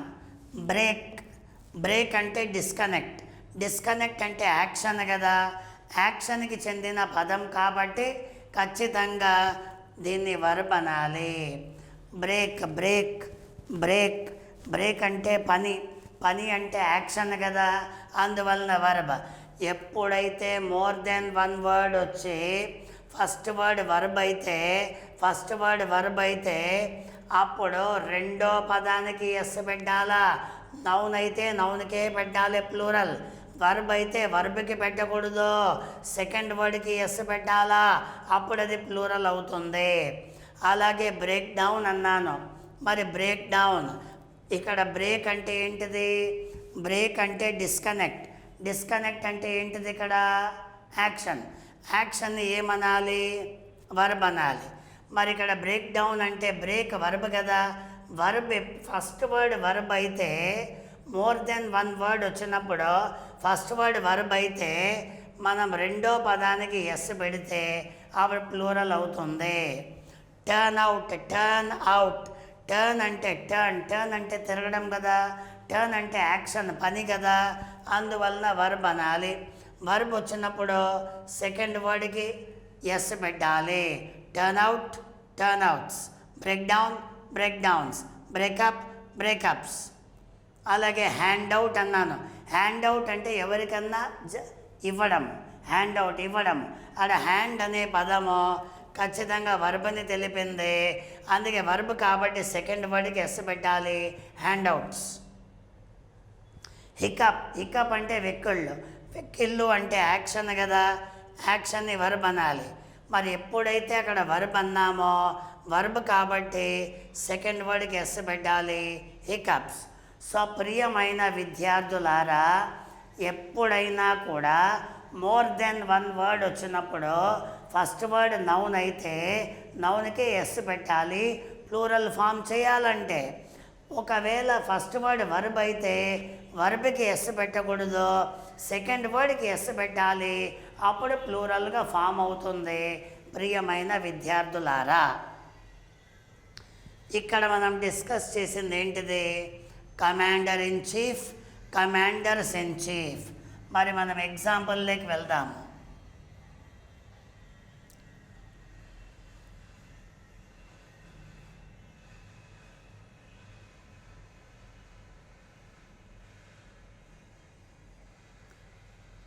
మరి ఎగ్జాంపుల్ విషయానికి వెళ్తే an urgent మీటింగ్ మీనింగ్ ఉంది, correct. Meeting of the commander in chiefs అన్నాను. మరి ఇక్కడ కమాండర్ ఇన్ చీఫ్స్ వచ్చింది. ప్రియమైన విద్యార్థులారా, ఇక్కడ కమాండర్ ఇన్ చీఫ్స్ వచ్చింది, ఎస్ అనేది రాంగ్ ప్లేస్లో వాడబడింది. ఎందుకు రాంగ్ అంటే ఇక్కడ కమాండర్ అనే పదము నౌన్ కదా, లివింగ్ థింగ్ నౌన్ కదా. మరి నౌన్ వచ్చినప్పుడు మోర్ దెన్ వన్ వర్డ్ ఉంటే ఫస్ట్ వర్డ్ నౌన్ అయితే నౌన్కే ఎస్ పెట్టాలి, కానీ రాంగ్ ప్లేస్లో లాస్ట్లో వచ్చింది, అందుకే ఈ యొక్క సెకండ్ పార్ట్ రాంగ్. మరి ఏం రాస్తే కరెక్ట్ అవుతుంది? అక్కడ కమాండర్స్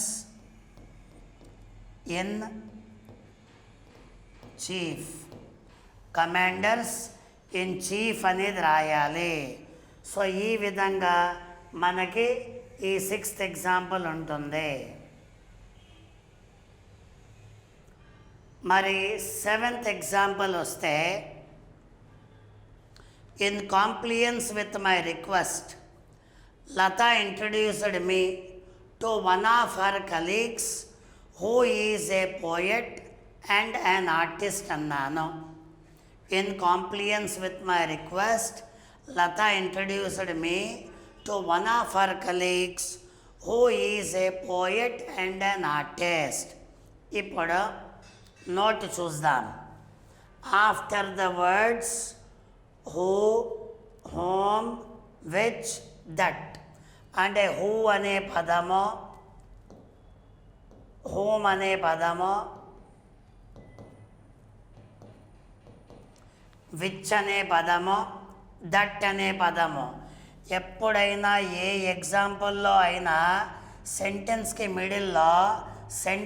మిడిల్లో హూ అనే వర్డ్, హూమ్ అనే వర్డ్, విచ్ అనే వర్డ్, దట్ అనే వర్డ్ కనపడిందనుకో, ఈ 4 పదాలలో ఏ పదమైనా సెంటెన్స్కి మిడిల్లో కనపడితే అప్పుడేం చేయాలి? Always right the verb that follows only according to the antecedent. ప్రియమైన విద్యార్థులారా, హూ అనే వర్డ్ తర్వాత సెంటెన్స్లో వర్బ్ ఫాలో అవుతుంది. ఆ వర్బ్ని లెఫ్ట్ సైడ్ అంటే యాంటిసిడెంట్ అంటే బిఫోర్.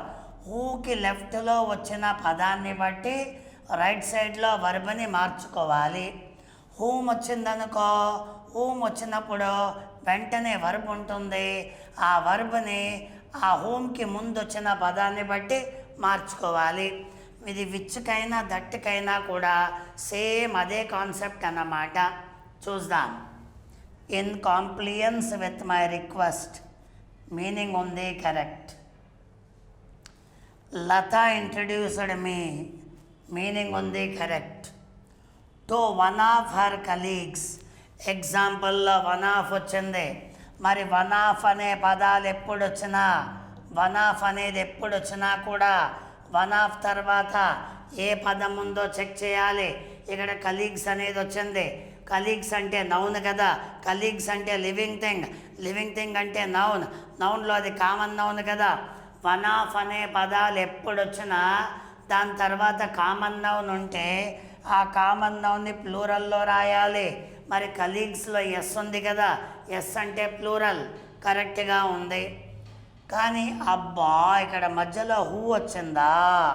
సెంటెన్స్కి మధ్యలో హూ అనే పదము, హూమ్ అనే పదము, విచ్ అనే పదము లేదా దట్ అనే పదము, ఈ 4 పదాలలో ఏ పదం వచ్చినా వెంటనే వర్బ్ ఉంటుంది. మరి ఈ వర్బ్ని, ఈ హూ తర్వాత వచ్చిన వర్బ్ని మనము కరెక్టా రాంగ్గా డిసైడ్ చేయాలంటే దాని లెఫ్ట్లో వచ్చిన వర్డ్ని చూడాలి. దానికి లెఫ్ట్లో ఏం వర్డ్ వచ్చింది? కలీగ్స్ వచ్చింది. కలీగ్స్ ఎలా ఉంది? కలీగ్స్ అనే పదం ప్లూరల్లో ఉంది. ఎప్పుడైనా కూడా హూ, హోమ్, విచ్, దట్ ఈ 4 పదాలలో ఏ పదం వచ్చినా వెంటనే వర్బ్ ఉంటుంది. ఆ వర్బ్ని కంపల్సరీగా లెఫ్ట్ సైడ్లో వచ్చిన యాంటిసిడెంట్, అంటే లెఫ్ట్ పదాన్ని యాంటిసిడెంట్ అంటారు. ఆ యాంటిసిడెంట్లో వచ్చినటువంటి పదాన్ని చూసి మనం రాయాలి. మరి కలీగ్స్ అంటే ప్లూరల్ కదా, ప్లూరల్కి ఖచ్చితంగా వర్బ్ ప్లూరలే ఉండాలి. కానీ ఇక్కడ ఈజ్ వచ్చింది. ఈజ్ అంటే సింగులర్, రాంగ్. మరి ఈజ్ ప్రెజెంట్ టెన్స్ కదా, ఏ టెన్స్ ఉంటే ఆ టెన్స్లోనే ప్లూరల్ రాయాలి. అప్పుడు ఇక్కడ ఆర్ అనేది రాస్తే అప్పుడు మనం ఖచ్చితంగా ఆర్ అనేది రాసినట్లయితే అప్పుడు ఖచ్చితంగా ప్రియమైన విద్యార్థులారా అది ప్లూరల్ అవుతుంది. అంటే ఇక్కడ in compliance with my request Lata introduced me to one of her colleagues who are a poet and an artist. అంటే ఇక్కడ హూ అనేది మూసేస్తే colleagues are a poet and an artist అన్నమాట. Colleagues are a poet and an artist అవుతుంది ఇక్కడ.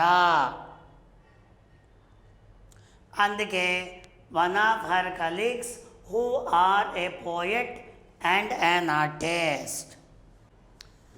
మరి next ఎగ్జాంపుల్ని observe చేస్తే ఎయిత్ చెప్పే ముందు మళ్ళీ ఒకసారి వినండి. ఏ ఎగ్జాంపుల్లో అయినా సెంటెన్స్కి మధ్యలో హూ, హోమ్, విచ్, దట్ ఈ 4 పదాలలో ఏ పదం వచ్చినా కూడా వెంటనే వర్బ్ ఉంటుంది. ఆ వర్బ్ని యాంటిసిడెంట్ని చూసి మార్చుకోవాలి. యాంటిసిడెంట్లో సింగులర్ ఉంటే వర్బ్ సింగులరే రావాలి, యాంటిసిడెంట్లో ప్లూరల్ ఉంటే వర్బ్ ప్లూరలే రావాలి. అది కూడా ఏ టెన్స్ ఉంటే ఆ టెన్స్కి చెందిందే రావాలి ప్రియమైన విద్యార్థులారా. మరి నెక్స్ట్ వస్తే the prime minister made an aerial survey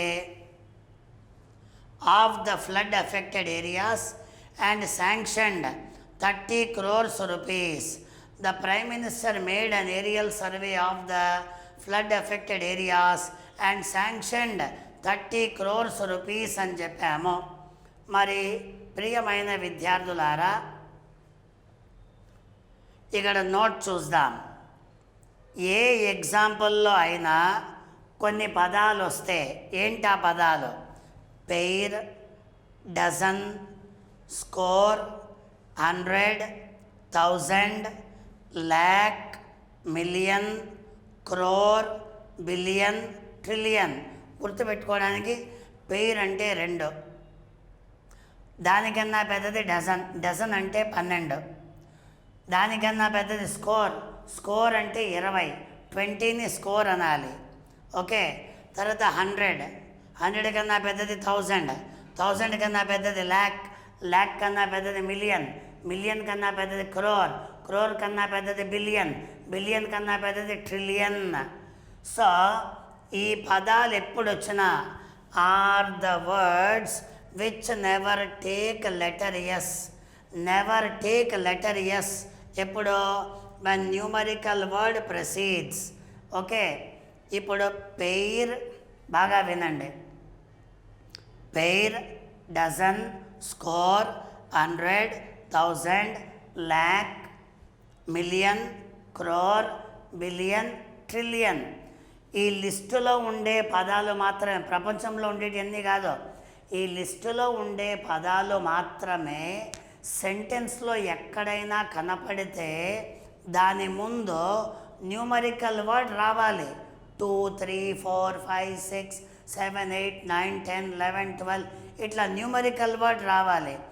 ఎప్పుడైతే ఈ లిస్టులో ఉండే పదాలకి లెఫ్ట్లో న్యూమరికల్ వర్డ్ వస్తుందో అలా ఆ వర్డ్ వస్తే అప్పుడు ఈ లిస్టులో ఉండే చివర ఎస్ అక్షరం రాయకూడదు, ఎస్ అక్షరం రాయకూడదు. మరి ఎస్ ఎప్పుడు రాయొచ్చు? Are the words which never take letter S when numerical word precedes. Suppose numerical word does not precede. Suppose numerical word does not precede.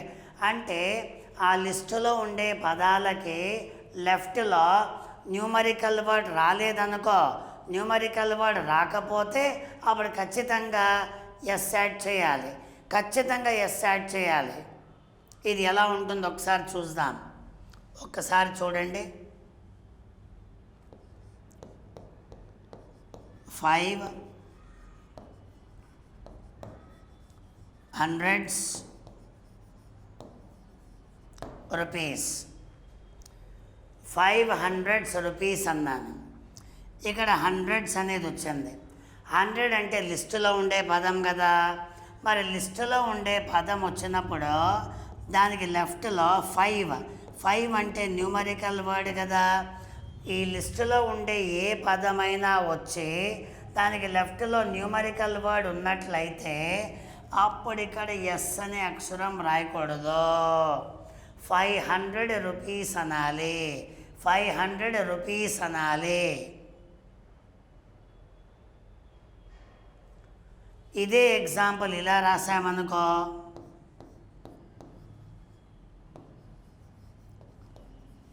100 of students అన్నాను అనుకో, 100 of students అన్నాను అనుకో, ఇక్కడ 100 అనే వర్డ్ వచ్చింది.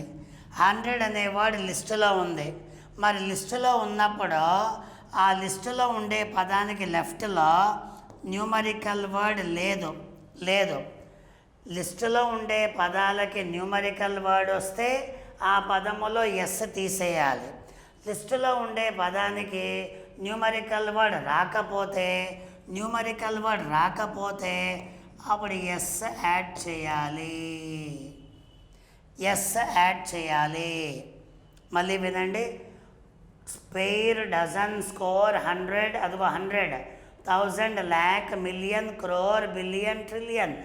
ఈ లిస్టులో ఉండే ఏ పదమైనా ఎగ్జాంపుల్లో కనపడితే ఆ ఎగ్జాంపుల్కి ఆ పదానికి ముందు న్యూమరికల్ వర్డ్ ఉన్నట్లయితే ఎస్ అనే అక్షరం రాయకూడదు.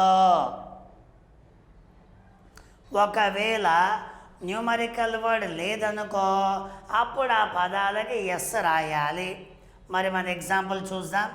The prime minister made correct, made an aerial survey correct, survey of the flood affected areas correct, అంతా correct, and sanctioned correct. 30 crores rupees వచ్చిందా? క్రోర్స్లో ఎస్ వచ్చిందా? క్రోర్ అనేది లిస్టులో ఉంది కదా, క్రోర్ అనేది లిస్టులో ఉంది కదా, ఆ లిస్టులో ఉండే పదానికి ఇక్కడ ఎస్ రాయొచ్చా రాయకూడదా అనే విషయాన్ని గమనిద్దాము. మరి ఆ క్రోర్కి లెఫ్ట్లో ఏముంది? 30 ఉంది.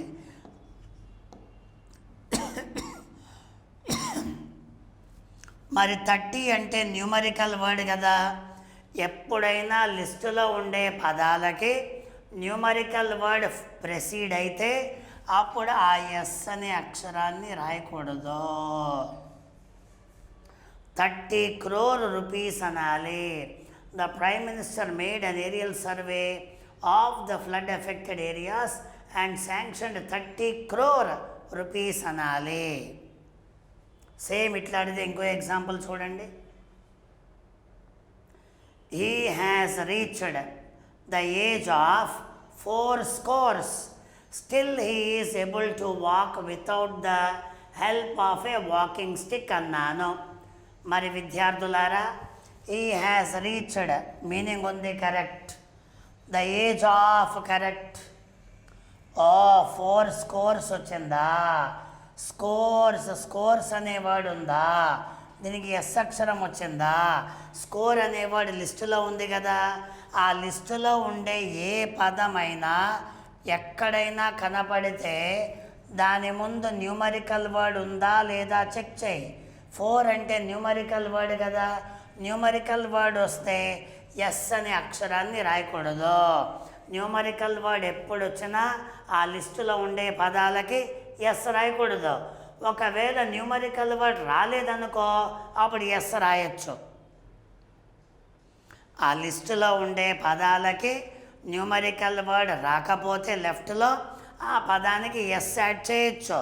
ఒకవేళ న్యూమరికల్ వర్డ్ వచ్చిందా ఆ పదాలకు ఎట్టి పరిస్థితుల్లో ఎస్ అనే అక్షరాన్ని పొరపాటున కూడా రాయకూడదు ప్రియమైన శిష్యులారా. మరి next example, his father punished Ramesh for breaking one of the tables legs అన్నాను. His father punished Ramesh for breaking one of the tables legs. వాక్యం అంతా కరెక్ట్గా ఉంటే నో ఎర్రర్ సెలెక్ట్ చేయాలి. ఒకవేళ రాంగ్ ఉంటే ఏ పార్ట్లో మిస్టేక్ ఉందో సెలెక్ట్ చేయాలి. దీన్నే error identification, spotting of errors, error detection, correction of sentence ఇలాగ పిలుస్తారు. మరి నోట్ విషయానికి వద్దాం. అపాస్ట్రఫీ ఎస్ని లేదా ఓఎఫ్ ఆఫ్ని వాక్యములో ఎక్కడైనా ఆఫ్ కనపడిందా లేక పదానికి అపాస్ట్రఫీ ఎస్ కనపడిందా వాటిని ఏమంటామంటే are the indicators of possession. Apostrophe S అంటే యొక్క, ఎవరికి చెందిన. ఆఫ్ అంటే యొక్క, ఎవరికి చెందిన. అంటే దాన్నే పొజెషన్ అంటారు. పొజెషన్ అంటే యొక్క లేదా ఎవరికి చెందిన అనే మీనింగ్ తెలుపుతుంది. ప్రియమైన విద్యార్థులారా, అపాస్ట్రఫీ ఎస్ అనేది ఎప్పుడు కూడా యొక్క అనే మీనింగ్కి, ఎవరికి చెందిన అనే మీనింగ్కి వాడాలి. అలాగే ఆఫ్ అనే పదము కూడా యొక్క యొక్క ఎవరికి చెందిన అనే మీనింగ్కి వాడాలి. అయితే అపాస్ట్రఫీ ఎస్ని ఏ సందర్భానికి వాడాలి, ఆఫ్ అనే పదం ఏ సందర్భానికి వాడాలి అనే విషయాన్ని తెలుసుకుందాం. అపాస్ట్రఫీ ఎస్ అయితే it is used only for living things. Apostrophe S అనేది లివింగ్ థింగ్స్కి మాత్రమే యూజ్ చేయాలి. అదే ఆఫ్ విషయానికి వస్తే it is used only for non living things. అది నాన్ లివింగ్ థింగ్స్ మళ్ళా ఇన్వర్స్ మెథడ్లో. ఆఫ్ అయితే నాన్ లివింగ్ థింగ్స్కి వాడాలి, అది కూడా ఇన్వర్స్ మెథడ్లో వాడాలి. అపాస్ట్రఫీ ఎస్ అయితే లివింగ్ థింగ్కే వాడాలి. అయితే is father correct, punished Ramesh correct, for breaking correct. ఓ స్పెషల్ వర్డ్స్ వచ్చాయి. వన్ ఆఫ్ ఎప్పుడు వచ్చినా దానికి రైట్ సైడ్లో ఏ నౌన్ వచ్చిందో చూడాలి. టేబుల్స్ లెగ్స్ వచ్చింది. టేబుల్స్ లెగ్స్ అంటే నాన్ లివింగ్ థింగ్, నౌన్. మరి నౌన్లో ఇది కామన్ నౌన్. వన్ ఆఫ్ ఎప్పుడు వచ్చినా కామన్ నౌన్ ఉందా? కామన్ నౌన్ని ఖచ్చితంగా ప్లూరల్లో రాయాలి. కామన్ నౌన్ని ఖచ్చితంగా ప్లూరల్లోనే రాయాలి. అయితే ప్రియమైన విద్యార్థులారా, ఇక్కడ వన్ ఆఫ్ వచ్చింది.